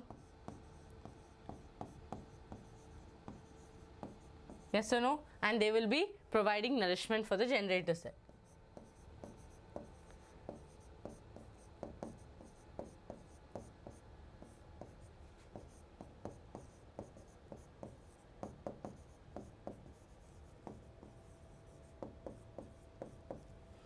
Generative cell floats in the vegetative cell, yes or no? Perfect, awesome. Everyone understood? Yes. But don't forget, they are spindle shaped with cytoplasm and nuclei. Okay, they are spindle shaped with cytoplasm and nuclei. Don't forget that. No place to write it here, but you can read it from your NCERT. Okay, read it from your NCERT. See here, I have marked it in your NCERT as well. Okay, here I'll just mark it. Okay, so when you get the PDF, you will not miss it out. Okay, it is spindle shaped with dense cytoplasm and a nucleus. Okay, and they float in the cytoplasm of the vegetative cell. Yes, their irregularly shaped nucleus is there in the vegetative cell. All this don't forget. 3 cell stage, okay, 2 cell stage. 2 cell stage, 60% will dehiscent. Okay, 2 cell stage, 60% will dehiscent. Now look here. Pollen grains of many species cause severe allergy. Now you understood pollen grains, you understood microsporogenesis. Now our next target is to take this pollen grains to our stigma, right? To take it to our stigma, yes or no? So here, pollen grains of many species cause severe allergies and bronchi affiliation. Okay, students, I am not able to see that word. Okay. Afflictions in some people, often leading to chronic respiratory disorders like your asthma, bronchitis, etc. It may be mentioned that Parthenium, this one, all of you would have seen this Parthenium. Yes or no? If you chumma walk around side next to your home also, you will see this growing. Before it used to grow so much, students, now it has actually reduced, okay? Because everywhere we cut and we park our vehicle, okay? Yes, thank you.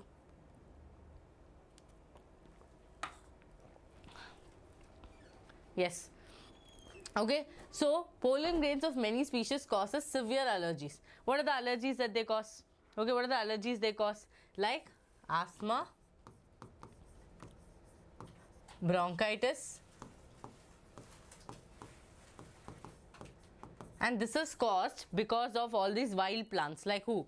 Your Parthenium. This you would have seen very commonly, your Parthenium. Okay, yes, Parthenium, or your carrot grass that came into India as a containment with the imported wheat. So this did not come, student. This is an unwelcomed guest. Okay, we did not call it, but it just came off. Okay, it just came off. So it came with imported wheat that we bought from outside that had this Parthenium. So weeds are in such a way that you don't have to be like, oh, you baby, you put water on it, you take put cow dung, you grow it. Nothing like that. You just bring it and put it. It will do its job. It's like, okay, this is now my place. I have become the king of this place. It will start growing everywhere. Your water hyacinth also is actually not imported and all, but it is from Bengal or some place, and it was bought here, and now it has completely, you know, eradicated the entire water bodies in Kerala. Okay, many places, but especially in Kerala, it has just spread all over. Okay, so like this, weeds are like, you don't need to welcome me, I'll only come and do the job for you. So don't forget, asthma and bronchitis is the diseases that we get from pollen allergy. Now normally, like I do have dust allergy. So dust allergy is when the moment somewhere dust is there, I start sneezing. Some people, when students, let me tell you, before all the boys and girls give flower to someone, please ask them if they have pollen allergy. Otherwise, you will go with the flower, they will immediately sneeze on your face, and then story khatam. Okay, end of a beautiful story. Okay, so please ask them if they have pollen allergy or not. This is why I am teaching you biology, so that you have, okay, this one, what, depending on the situation, you should be able to behave. Yes or no? So in this AC, like, okay, I'll kill you now.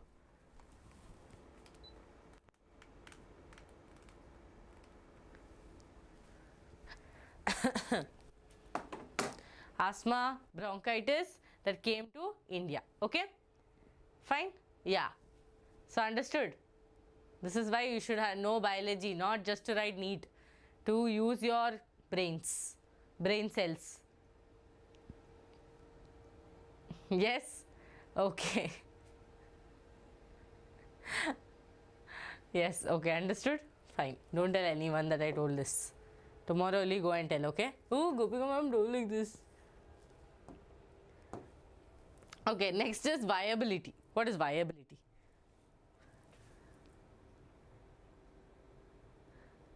Yeah, exactly, Rasna. The AC is working very hard. AC is like, okay, I'll work more hard than you. Something it's doing. I don't know what temperature it is moving also at this point. Chalo, let's continue. All of you are ready?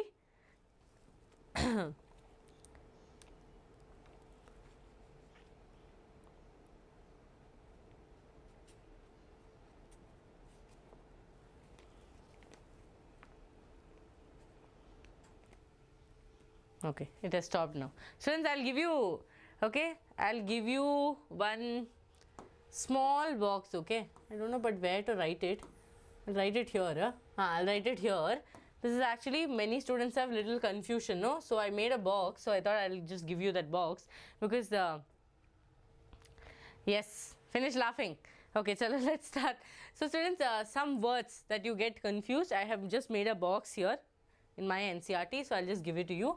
See, microsporangia. This is microsporangia. All of you remember? This is one word. The other name, okay, the other name for it is pollen sac. The other name for it is pollen sac. So I'll write it on the top. This way you will never get the confusion, because actually this chapter becomes confusing because of this, when you don't have the clarity. So other name is going to be pollen sac. Okay, one clarification is clear. Okay, yes. Okay, very good, Rani. Okay, yes. Now the next one is, see, I'll give some male gametophyte. Okay, male gametophyte. This fellow will be called as,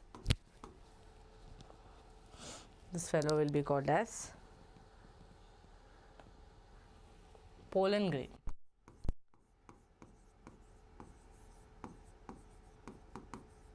Yes, now this doubt is over. Okay, doubt is over. So microsporangia, which you called there, the circles that we drew, is called, will mature to form pollen sac. Same way, male gamete, what are we calling for male gamete? Pollen grain. Okay, this just write and keep it somewhere. So this way you'll never get that doubt. Okay, you'll never have that doubt. Yes, clear, pakka? Okay. If you want to write the ploidy also, you can write. Again, ploidy, here you know that here pollen sac, this microsporangia, they have sporogenous tissue which have the capability to form your, that is your microspore mother cell, then form the tetrad, all of that is there. Again, male gametophyte, your pollen grains will be ultimately formed. That is will be N only, okay, haploid. This will be N. This will have 2N, that whole story I have to tell now. Fine? Okay, awesome, done. Chalo. Now, let's go to viability. What is viability? That means how long this pollen grain will be active and how long they'll be useful. Right? Viability, okay? Viability means what? Thank you, wonderful trophy. Thanks for giving me the trophy. Okay, so that means how long this will be active and how long fertilization can have with this pollen grains. Yes or no? Okay, yes or no? Microspore, see here, Rasna is making me drink Rasna, okay? So much work she's asking me. Yes, madam, male gametophyte, how was it formed? Because of microspore, no. So the cycle goes like this, your microsporangia, you have sporogenous tissue inside them that will form your MMC, right? MMC, that MMC will form microspore tetrad. That will mature. Okay, that will mature to form your pollen grain. Got it? Got it? MMC, this sporogenous tissue will be present in the microsporangium, center of the microsporangium. They'll do meiotic division, form MMC, or you can directly write microspore mother cell will form microspore tetrad. That microspore tetrad will mature to form your pollen grains. Done? Okay?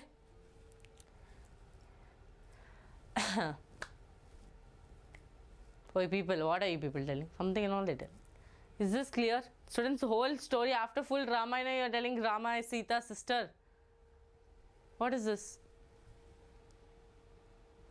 Papa, Varun from that time is telling viability. Can I go to viability? People are not letting me go to viability. They're still stuck with microsporogenesis. Are we done? Are we done? Yes or no? Please understand this and let me know, then I will proceed. Otherwise, I have to explain again. Clear? Rani and Rasna clear? Okay, who is mother, who is father, who is kid, who is everyone understood? Full story is over, students. Full story is over. Now, I will get into female pistol. I will start now. Okay, before that, let me do viability, because that Varun is, from that time he is telling the definition for viability. Okay, so viability here, we will first read this, then we will come to, I will write it, okay. So when once who is shed, the pollen grains have landed to the stigma, before they lose their viability, if they have to bring about fertilization, how long do you think the pollen grains retain viability? Basically, to do fertilization, they should have the ability. How long that ability will be maintained, or how long that whole composition will be maintained? That is what we are talking about. See, the period for which the pollen grains remain viable is highly variable depending on which type of plant we are talking about. Now, rice and wheat has 30 minutes, but your Rosaceae, Leguminaceae can go up to 1 month. So that difference they are talking about, okay. To some extent depends on prevailing temperatures, humidity. In some cereals such as rice and wheat, pollen grains lose viability within 30 minutes. Within 30 minutes of their release. That means now rice is there, the pollen grains got released on the stigma, how long they can do fertilization or how long they are viable is for 30 minutes. After that they cannot. Okay. Now, after their release, and in some members like Rosaceae, Leguminosae, Solanaceae, they maintain viability for months. Okay, for months. Now, in these cases, in some cases, we do cryopreservation. That means in minus 196 degrees Celsius, we keep this pollen grain in liquid nitrogen. Got it? Now, we will write it. Yes or no? Students, after this, we'll take one kutti break. Okay, my throat is paining, head is also paining. I don't know why. So, I'll just eat something and I'll come. Fine? I know it's not time for giving break, but still happens, students. Okay? Yes, you people only know, you will understand. Okay, chalo, viability will write.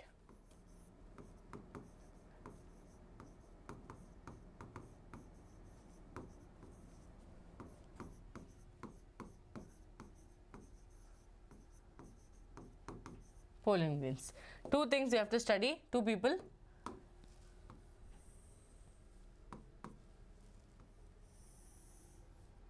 Okay, first one is rice and wheat. This question only will be asked, okay, they won't ask you definition of viability. Rice and wheat up to 30 minutes. Okay, up to 30 minutes. Got it? Students, here I'll give you a trick to remember. What is the trick? Wait, I'll write it here, then only I'll understand. Roll slow. No.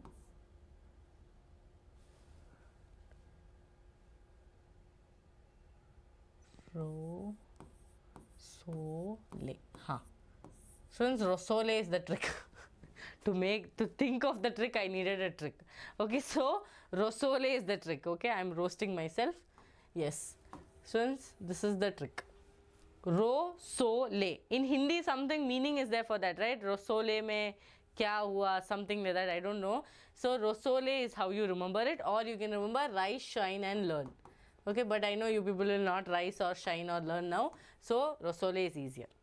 That is viability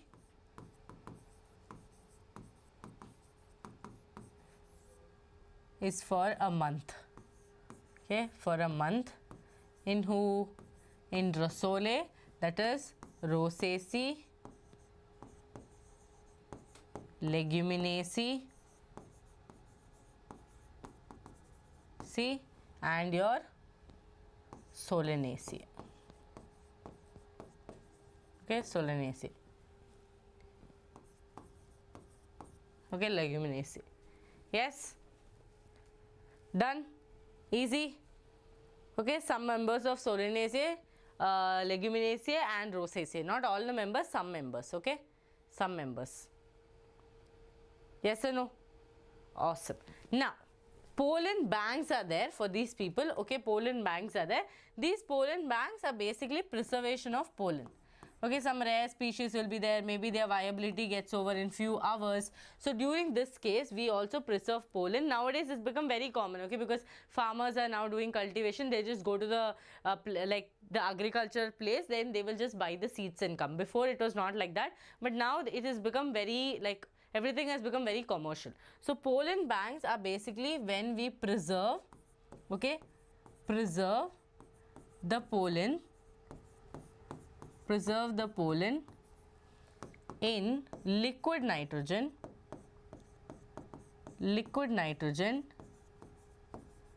at minus 196 degrees Celsius. Okay, this is the pollen bank. So, in pollen bank, what happens? We preserve the pollen grains in liquid nitrogen at minus 196 degrees Celsius. Okay, done? Yes or no? Seed banks, similar to seed banks. Okay. Okay. Now, students, there are some pollen products. Okay, pollen products, which I'll just tell you like this only. That is your, before we go into pistil. Okay, pollen products are simple, but your like wax. Okay, all this bee wax, all this is there. No, it has become trending. It was trending during your COVID time. Now it is little reduced. Okay, little reduced because some people are very allergic to this. Many people are allergic to pollen grains. Same way, from pollen grain products of pollen grains also can be allergic. Okay, bee wax, all these are the products. Again, these questions and all will not come, okay, but just for your information I'm telling you, whatever is the question will be there. Yes, sure. Okay, chalo, we'll take here one kutti break. Okay, kutti break. What's the time, students? 45. Okay, 45. We will resume back.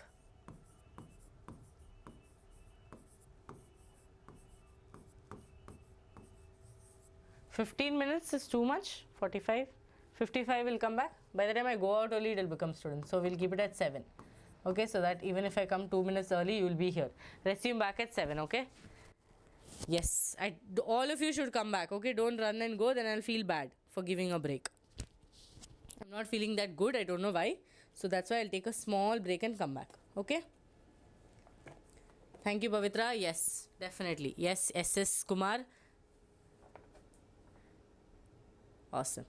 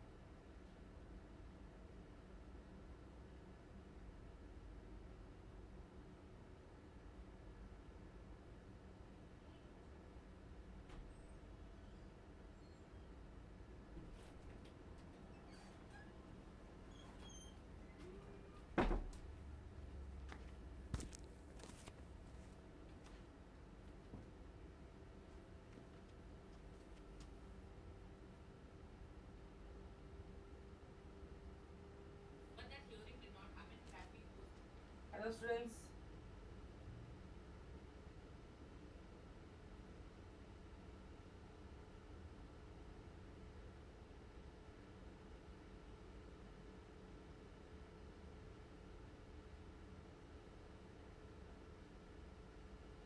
Yes.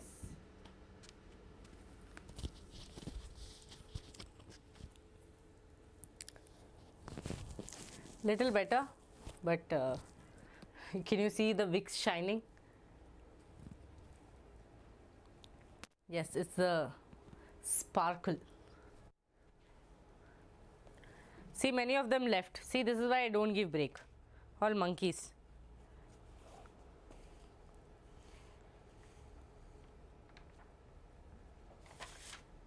Yes, let's start the class. Okay. Yes.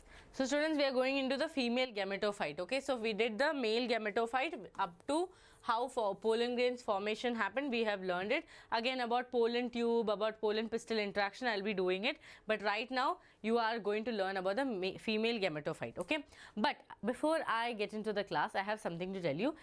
We have been seeing a trend by the students that they do not want right now one shot chapters. Okay, they want in two parts, because it could be because you're in the starting stage of your NEET preparation, you do not have that kind of a retention time. But in the end of the, maybe by the month of December, Jan and Feb, you people have sat with me. I remember one of my live students have sat with me for 7 hours.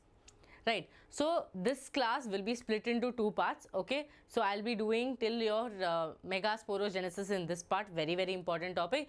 Then the next part will be from pollination to the pollen pistil interaction and all of that, whatever, water pollinated, wind pollinated. Okay. So this is how, this is what you people have requested us on Telegram as well as on YouTube, that don't do ma'am long classes, we are not able to stay. So that's why we are going to do this. Okay. Some people it might be okay with one shot, some people it's not okay, so we have to listen to the majority, right? So we have listened to the majority and we'll be splitting it. Okay. Yes. Okay. Okay, Nirmal Raj, as you say.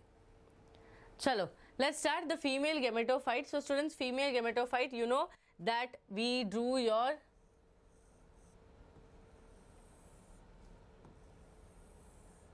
stigma, style, ovary. Okay, stigma, style and ovary. Got it? So here, students, stigma, style and ovary, you have to understand that they form the pistil. Okay, they form the pistil. Yes. So if I label this, what is going to happen? This is going to be the ovary. Ovary, style, stigma. Okay, this together is called as your carpel. Yes, this carpel is a unit. Okay, it's a unit of gynoecium. Unit of gynoecium. Yes.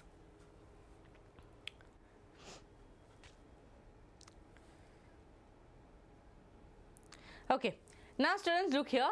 So carpel is there, the unit of carpel forms your gynoecium is a whorl. Inside that, who is going to be there? Your carpel is going to be there. Carpel is made up of what? Stigma, style and ovary, right? Stigma, style and ovary. Inside the ovary, the most precious thing will be there, nothing but your ovules, right? Your ovules will be there. These ovules are so precious because these are the female gametophyte. These ovules are the female gametophyte. Now, the pollen grain, what it has to do is, this is your pollen grain. Right? This is your pollen grain. Pollen grains will start forming the pollen tube, and this pollen tube will come all the way from the stigma up to the ovary, and it will fuse with the ovules. Got it? It will fuse with the ovules. So that is the job of your pollen grains. Now, let's try to understand what is your megasporogenesis and microsporogenesis, but before that we have some few more things to study. Now students, carpels, right? Pistil carpel. This carpel can be monocarpellary or multicarpellary. Okay, what can it be? Monocarpellary or multicarpellary. Students, I had too many classes today, so my tongue is twisting. Okay, so here it can be monocarpellary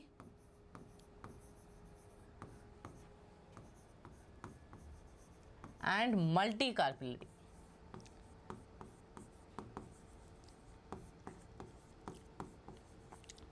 Monocarpellary means what? A single carpel. Single carpel is there. Okay, only one carpel is there. Multicarpellary means what? Many carpels are there. Now in this many carpels, students, many carpels are there. They can be fused or they can be not fused, right? They can be free. So under multicarpellary, you have to know that there are two categories again. One is fused and one is free. Yes or no? You can decide if you want to have a friend, you can decide if you don't want to be a friend with someone. So same way, multicarpellary means many carpels are there, right? Many carpels are there.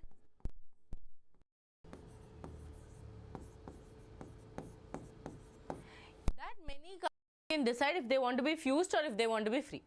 See, if it is fused, two examples are given in your textbook. I'll give you an easy way to learn it. The first example you're going to remember with the help of MSP. Okay, MSP.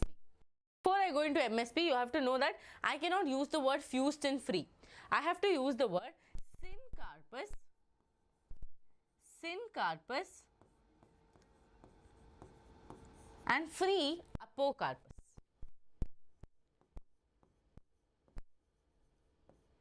Apocarpus.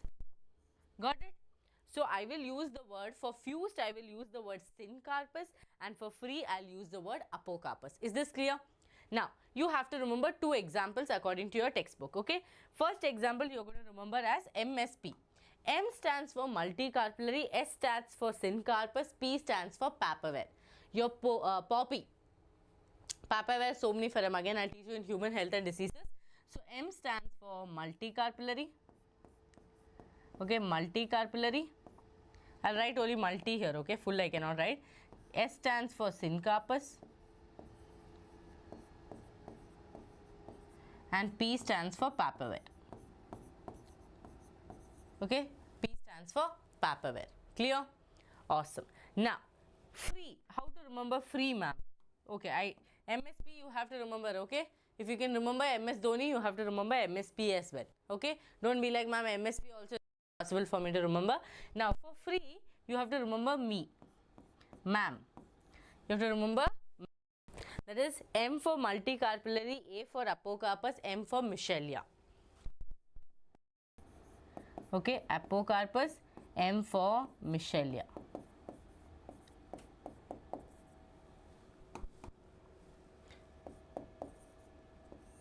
Is this clear? Is this clear? Okay, how are you going to remember? Fused, you are going to remember MSP, that is multicarpellary, syncarpus, papaver. For free, you are going to remember ma'am. Okay, ma'am is always free and fun, no? So ma'am, okay. M stands for multicarpellary, A is for apocarpus, M for Michelia. Done and dusted? Done and dusted, yes or no? More examples are there. If you want, I can write more examples as well. Yes, all of you tell me. Is it clear? Okay, now if you forget Michelia, what will you write? Rose is there, lotus you can write. Okay, rose or lotus you can write. But in your textbook, Michelia is given. So again, follow NCERT. Don't, like, multiple examples are there, students. Rose is there, lotus is there for your, that is free. Okay, again for your, which one? Your apocarpus, I told you. Syncarpus, I did not tell you. No, syncarpus also you have your papaya, tomato, mustard, all this is there. But again, stick to NCERT. Okay, stick to NCERT. Yes? Yes, we will do questions. We will do another session for questions. Okay, not in this. In this also I have put some questions, but we will do another session for questions, Jay. Okay, don't take tension. Enough questions, okay? Why are you people taking tensions? We have so much time and we have, I'm taking everyday class also. Chalo, look here. The gynoecium represents the female reproductive part of the flower. The gynoecium may consist of a single pistil, that is monocarpellary, or may be more than one pistil, that is called as multicarpellary. When there are more than one, they may be fused together or free. If they are fused together, it is called syncarpus. If they are free, it is called as apocarpus. Each pistil has three parts: stigma, style and ovary. The stigma serves as a landing platform for the pollen grains. The style is an elongated, slender part beneath the stigma. The basal bulge part of the pistil is called ovary. Inside the ovary is your ovarian cavity or your locule. You would have studied placentation. I think you are going to do morphology. So placentation, when you study, you will study locule. In each locule, one ovary is there, right? Locule you will study. The placenta is located inside the ovarian cavity. Recall the definition and types of placentation that you have studied. Students, recall, sit and recall.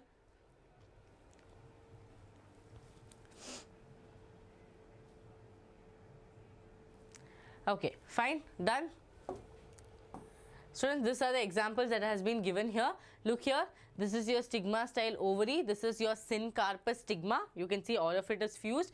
Then you have your apocarpus. You can see here each of them is individually separate. Okay, each of them is individually separate. And here ovule, we'll come to ovule, don't take tension, but look at the diagram. Okay, look at the diagram. Diagram is clear? Diagram is clear? That's all. Okay, that's the starting part of it. Just stigma style ovary, apocarpus, syncarpus, examples of it. Now we are going to learn ovules. So inside the ovary, ovules are going to be there. Okay, inside the ovary. So students, very basic thing to understand ovule is the number of ovules in the ovary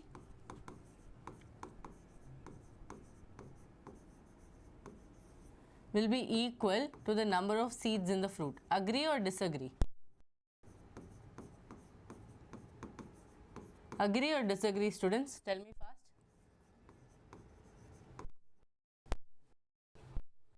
All of you agreed or only one person is agreeing? Now ovule is present inside the ovary. Okay, this is our ovary.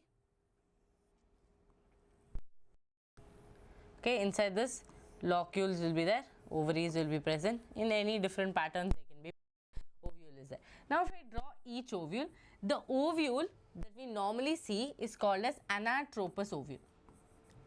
Anatropous ovule. What is anatropous ovule? That is your chalazal end, micropylar end and the funicle.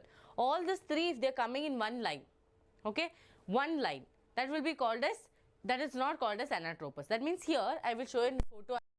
See, look here. See, orthotropous means what is happening?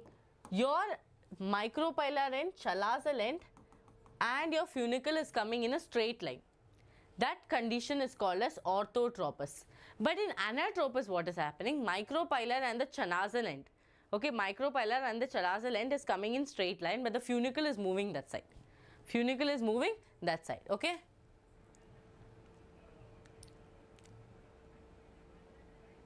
Yes or no?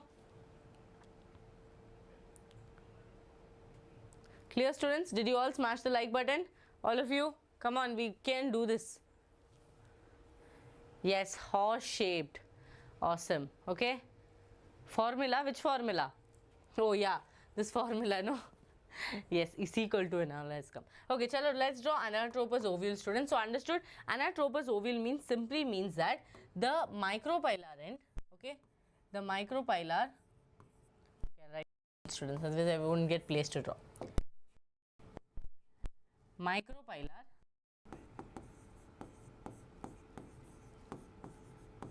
end, okay, the chalazal end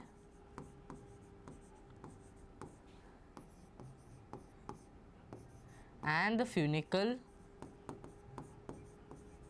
are not in straight line. Okay, not in straight line. This is your anatomy. Okay, everything has maths and physics in it. Formula is there. Why, students? Why? You people tell me. Okay, why are they torturing biology teachers who left maths? Okay, now if I have to draw anatropous ovule, see, I can draw it in two ways. I will try drawing it in one way at least. Okay, I will try to draw it in one way at least. Why are you so sad, hero? Yes, hero is sad for me, students. You people are not sad, hero is sad for me. Okay, so I will try to do the anatropous ovule.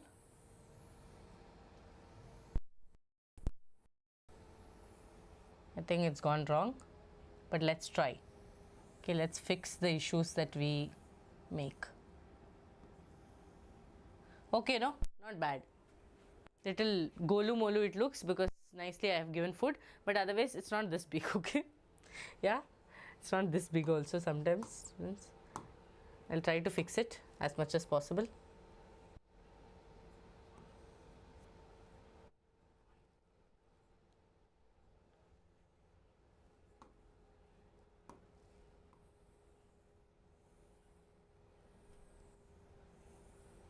Okay, now it looks nice.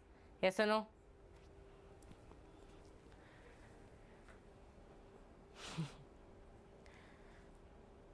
Okay, done? Fine? Okay? Little okay? Adjust okay? Little okay it should come. Okay, chalo. Let's label this part. This is your anatropous ovule. Okay, Gopika ma'am's ovule basically. So here I'm going to draw few things. Okay, wait. To look like. Chalo, done. Perfect. Okay, perfect. Now let's draw the micropylar end and the chalazal end. Micropylar end is here. Okay, where through which the pollen tube will enter. Chalazal end will be opposite to the micropylar end. Okay, so this is going to be micropylar end. Micropylar end. That is, students, through where the pollen grain will be allowed to enter. ठीक है? Oh ho, Hindi and all is coming. This is called the chalazal end. Chalazal end. Okay, now you can see two layers I have drawn. Yes or no? Two layers I have drawn. Okay, that two layers, thank you students for hyping me up for all the diagrams that I drew. Okay, the two layers are, students, nothing but integuments. Okay, integuments. They're basically for protection. Okay, integuments. Okay, there's an outer integument and inner integument. Both are going to do protection itself, but we have to give them name, outer, inner. Okay, now hilum is there. This spot is called hilum, where the funicle is attaching to the ovule is called as the hilum. You have hilum in kidney also. Okay, don't forget hilum. Then inside this is the main, the heroine. Heroine is protected in multiple layers, students. But before that, one more layer is there. Let's draw it with some light color. Okay, one more layer. This is the nucellus. Okay, this is the nucellus. It will be coming here. I don't like destroying my diagram. Wait. All of you wait until I draw.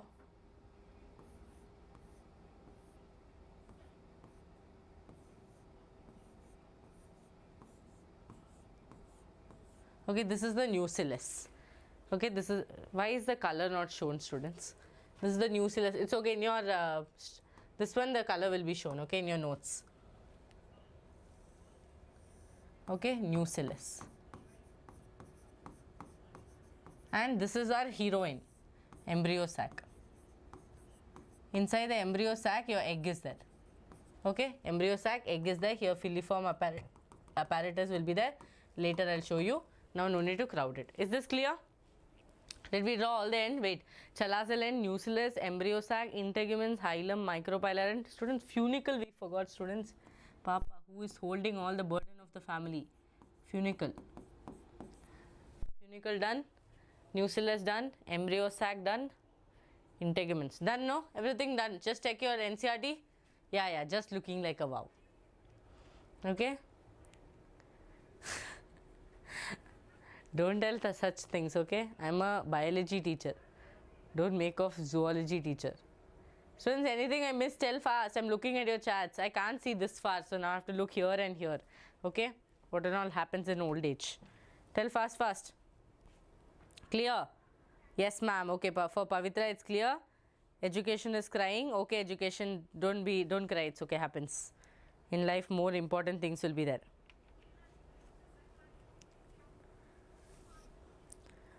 What should I answer, Mahendra?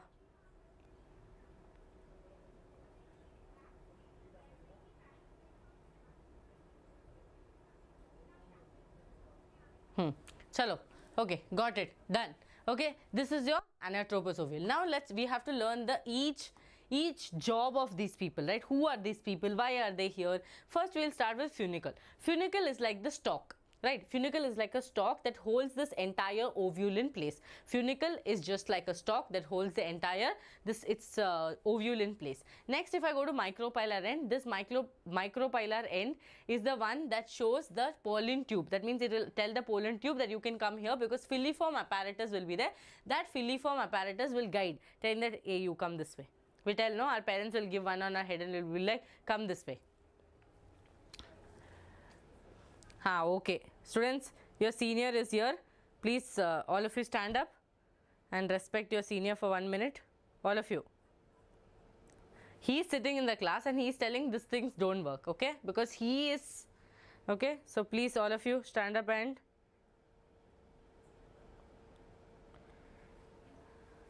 students, my tolerance level is less, so I removed your senior from the class, okay?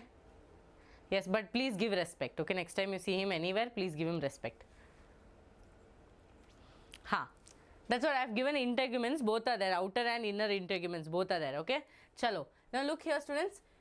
This micropylar end is the end through which the pollen tube will enter. This is showing the direction, okay? This is showing the direction. Yes, and then hilum is the place where the funicle, where the ovule and the funicle attaches. Okay, this spot, can you see? Here is the attachment. You can see that the funicle and the ovule is attaching with each other. That is the hilum. Okay, that is the hilum. Then integuments, there are outer integuments and inner integuments. Both are going to do basic protection. Okay, both are going to do basic protection. Now, embryo sac is the place where your egg is there. Okay, embryo sac is the main heroine. It is kept inside. Inside that only egg is there. That egg has to fuse with your pollen grains to form the fertilization. Done? Chalo. Then nucellus. Students, nucellus are a type of cell which actually gives the food reserve. It has the food reserve to give it to the to the embryo sac. Like how tapetum was there to, you know, how tapetum was there to give it to the pollen grain. Same way you have nucellus cells which will give the food reserve for the embryo sac. Okay? Yes?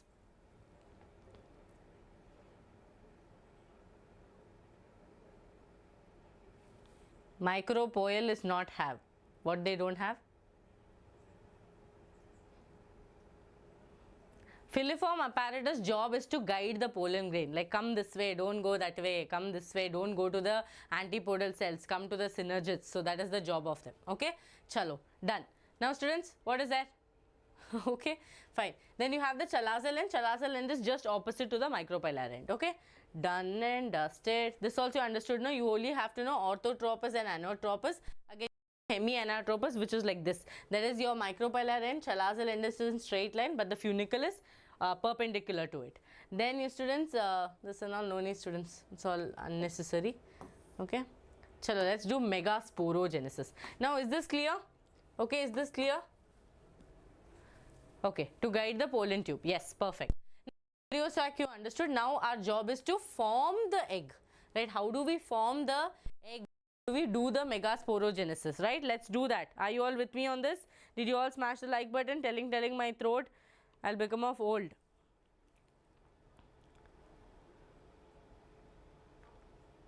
Okay, now we have to form the female gametophyte. For that, we are going to the help of megasporogenesis. Going to happen, students, you have megaspore mother cell. Okay, you have megaspore mother cell, MMC itself. Okay, this MMC will undergo meiotic division and form that is megaspore tetrads. Okay, it will form megaspore tetrads. All similar only. Okay, megaspore tetrads will be formed.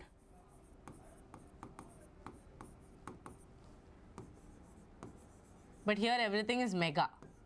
Okay, megaspore tetrad. But one problem is there. Megaspore tetrad is formed. But this megaspore tetrad, 3 of them will degenerate. 3 of the cells will degenerate. This 3 will degenerate. Only one, this fellow, he will become functional. Not fellow students. Okay, this one person, girl, will become functional. I don't know what is the I turn, it is breaking. Now it will be fine. When I face like this, it will be fine. When I turn, it will break. Okay. So students, what is going to happen? Yes, only one megastar is there. That will become functional. That will become your functional megaspore. Okay. This is going to be your functional megaspore. Other 3 of them will degenerate. Other 3 will degenerate. Got it? Now, still breaks, huh? Don't know what's the issue here. Wait, I'll call. When I face like this, it'll be fine when I turn.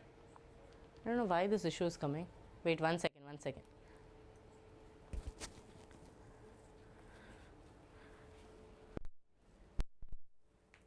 Okay. Huh.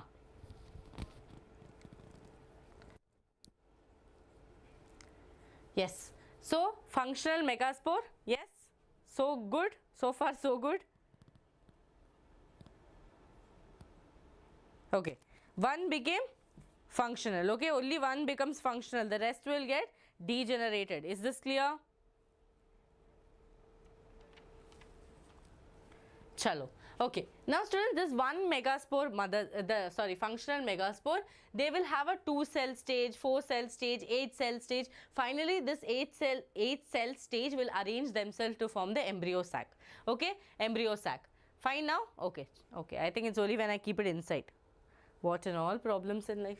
Okay, so this functional megaspore will have a 2-cell stage. Okay.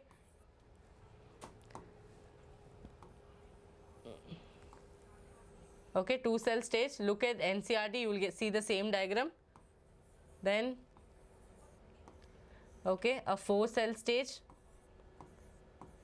This 4-cell stage will become an 8-cell stage.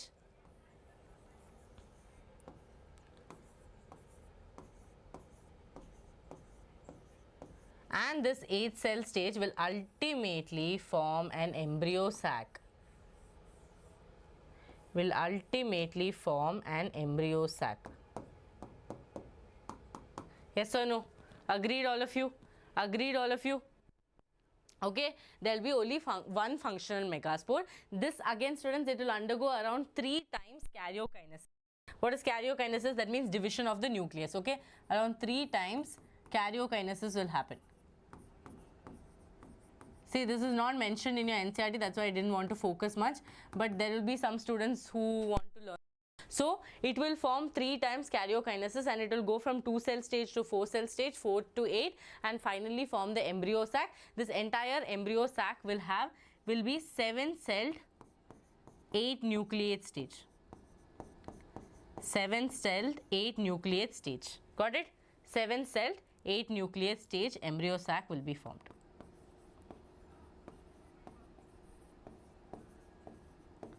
So far good. So far good. Okay, megasporogenesis clear. Okay, 7-celled 8 nucleate. This cell will be considered as 1. The central cell or the polar nuclei will be considered as 1. Okay, fine. All of you understood? Fine. Now let's see what NCERT is telling. The megasporangium, let us familiarize ourselves with the structure of a typical angiosperm ovule. Okay. Now, the ovule is a small structure attached to the placenta. Locule is there. Okay, this is the locule. This portion is the placenta. Through the placenta, the ovule will be attached. Wow, nothing can be seen. My pen also is not seen. Something colorful I have to take, students. Wait. Oh. Okay. So, this is the locule. Okay. This portion, this cap is the placenta. With the cap, the ovule will be attached. Okay, ovule will be attached. That's how you will study your parietal placentation, marginal placentation and all that. Okay, chalo. Now, the ovule is a small structure attached to the placenta by the means of a stalk called as funicle. I told you, this is a basic stalk which holds the entire ovule in place. The body of the ovule fuses with the funicle in a region called hilum. Exact thing I told you. Okay, now, thus the hilum represents the junction between the ovule and the funicle. So, we can tell funicle is here, ovule is attaching like this. This junction is called as the hilum. Okay. Now, each ovule has 2 protective envelopes called the integuments. There is an outer integument and an inner integument. Okay. Integuments encircle the nucellus except at the tip where there is a small opening called as the micropyle. So, wherever there is an opening, understand that pollen tube has to go through that opening. That is why that opening is there. Otherwise, why will that opening be there? Opposite to the micropylar end is the chalazal end, which represents the basal part of the ovule. Enclosed within the integuments is a mass of cell called nucellus. Cells of the nucellus have abundant food reserve.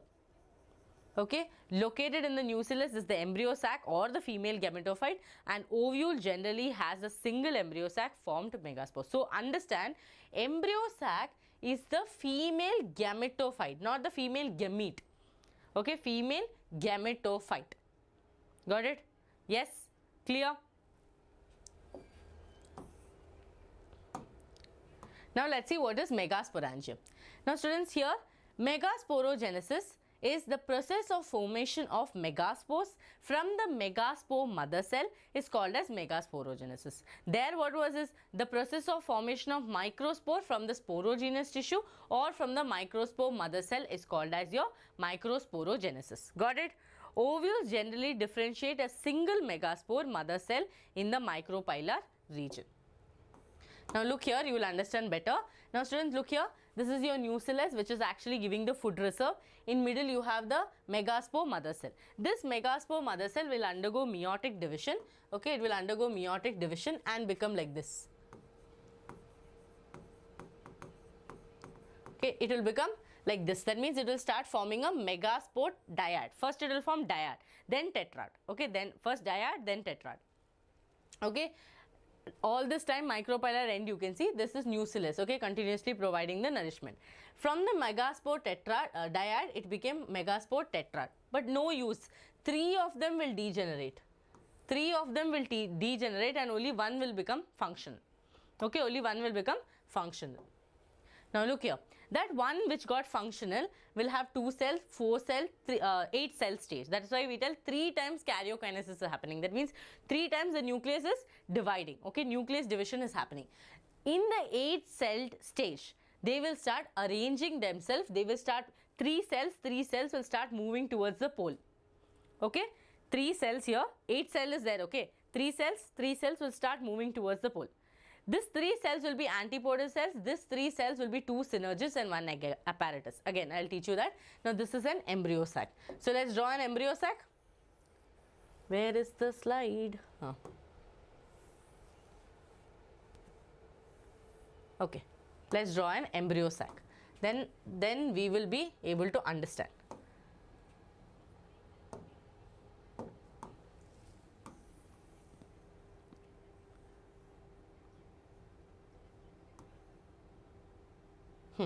Okay, so this is the embryo sac. So before this there is one stage, that is, can I duplicate this?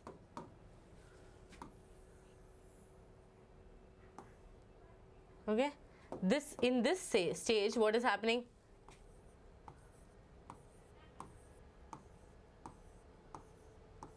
This is the 8th cell stage. Okay, this is the 8th cell stage.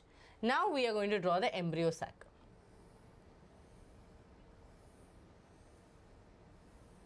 Okay.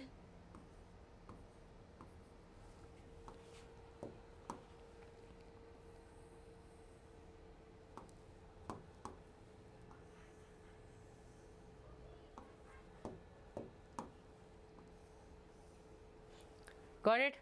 Students, when I draw it will look more beautiful because I am drawing like flowers petal, but it's not this nice also. Okay. Chalo.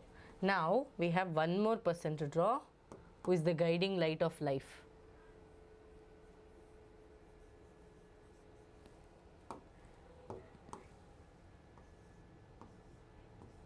Okay, done. Embryo sac done. Okay, yes. Let's label it. Students, the cells which are present on the chalazal end, okay, the cells which are present on the chalazal end, there are around 3 cells. These 3 cells are called as antipodal cells. What are these called as? Antipodal cells.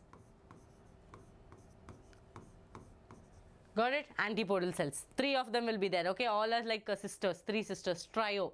Okay, in the middle, what you see is called as the central cell. You can tell polar nuclei.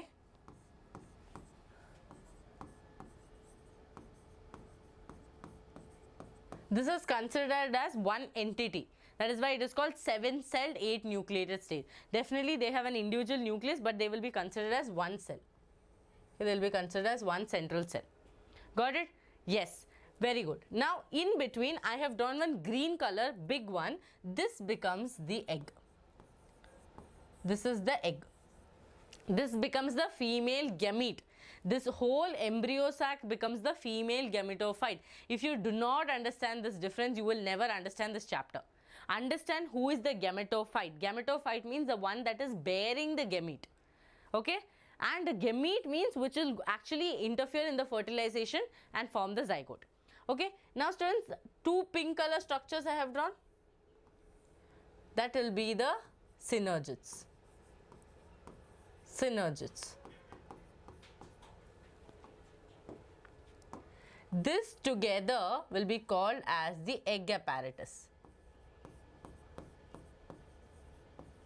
Egg apparatus. That means two synergids plus one egg will be called as the egg apparatus. Done? Clear? Embryo sac is done? Any doubts? Done. Okay. Now here I drew some worm-like structures, no? That is your filiform apparatus. Filiform apparatus. Students, this filiform apparatus is the one who guides the pollen tube to enter. Because how will the pollen tube come? They'll come like this and they'll enter to the egg apparatus, right? So this filiform apparatus will guide, okay, will guide the pollen tube. Guide the pollen tube entry.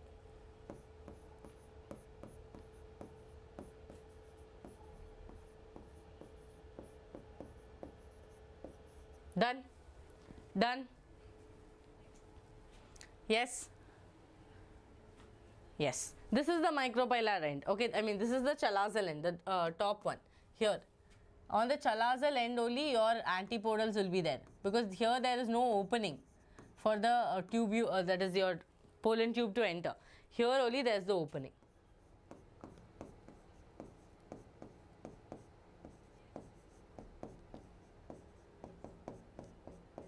Okay, done? This is your embryo sac. Fine? Yes, perfect. Guides the pollen grain.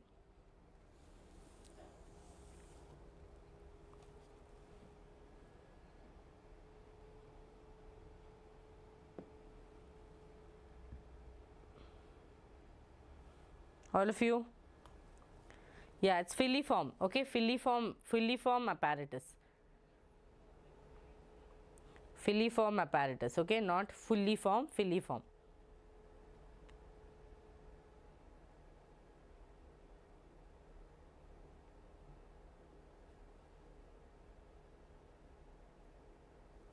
Okay, got it? So students, when this formation is happening, no, here, when you see these formations, here, see, these formations will happen mitotically. From 2-cell stage to this one, all of you know, no?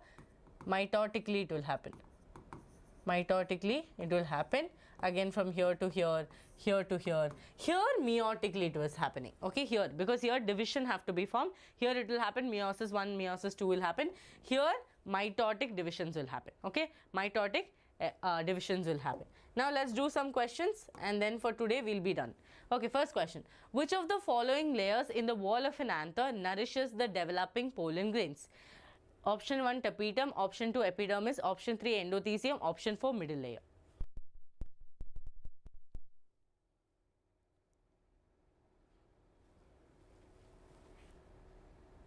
No dear, which is present? Jay. In the micropylar end, your egg apparatus will be present. On the chalazal end, antipodals will be present because there's no opening. No, how will the pollen grains enter?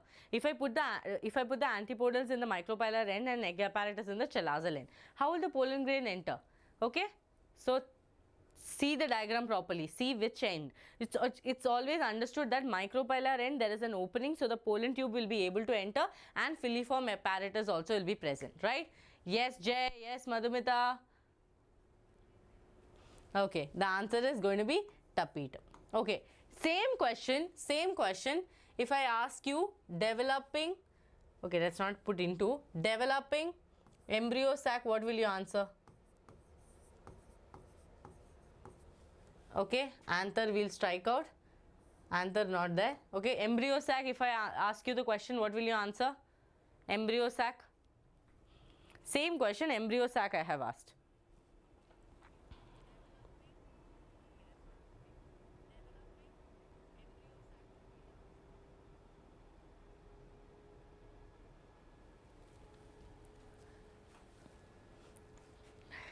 Yes. Very nice. Very good, Hasini. Nucellus you will answer, right? Nucellus is the one that provides the nourishment or has the food reserve to give for your growing embryo sac, right? Yes. Okay. PEN will come, endosperm, that primary endosperm and all will come. Don't take tension now. Right now it's nucellus. Okay, they have the food reserve to provide. Endosperm and all later we will study. Okay, that time I'll teach you. Don't worry. Nucellus, very good. Okay, nucellus. Now next question. A typical angiosperm anther is dithecous, which means that. What is the meaning of dithecous? Is the question.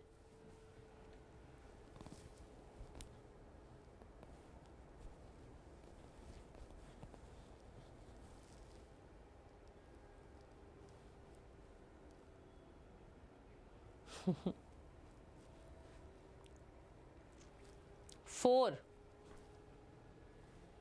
Dithecous meaning. Dithecous. Okay, think and tell, not tetrasporangiate.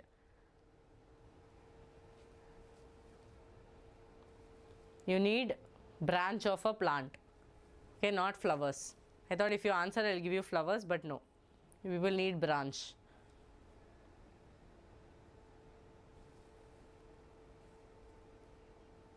Yes? Huh?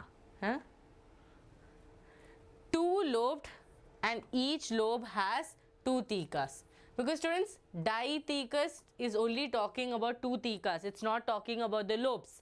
Lobes are spoken in bilobed. Okay, lobes are spoken in bilobed. Understand? Whenever lobes come bilobed, whenever they're talking about microsporangia, tetrasporangiate. When they're talking about the structure as a whole, tetragonal. And when they're talking about theca, dithecous. Okay, done? Done? Chalo, next question. Next question, I'll give you homework. You'll do homework, huh? You have to do homework. Hello, what is you will do homework? Next question is homework. Don't tell the answer in this. I want the answer in the comments. I want the answer in the comments. Now students, many students are asking me, ma'am, chances of re-NEET, what to do about re-NEET? Students, please do understand. Okay, please do understand. Re-NEET is simply a statement told that if mass leak happened, re-NEET will happen. But today, yesterday, around 2:30, NTA's affidavit, I read, the whole affidavit I was reading.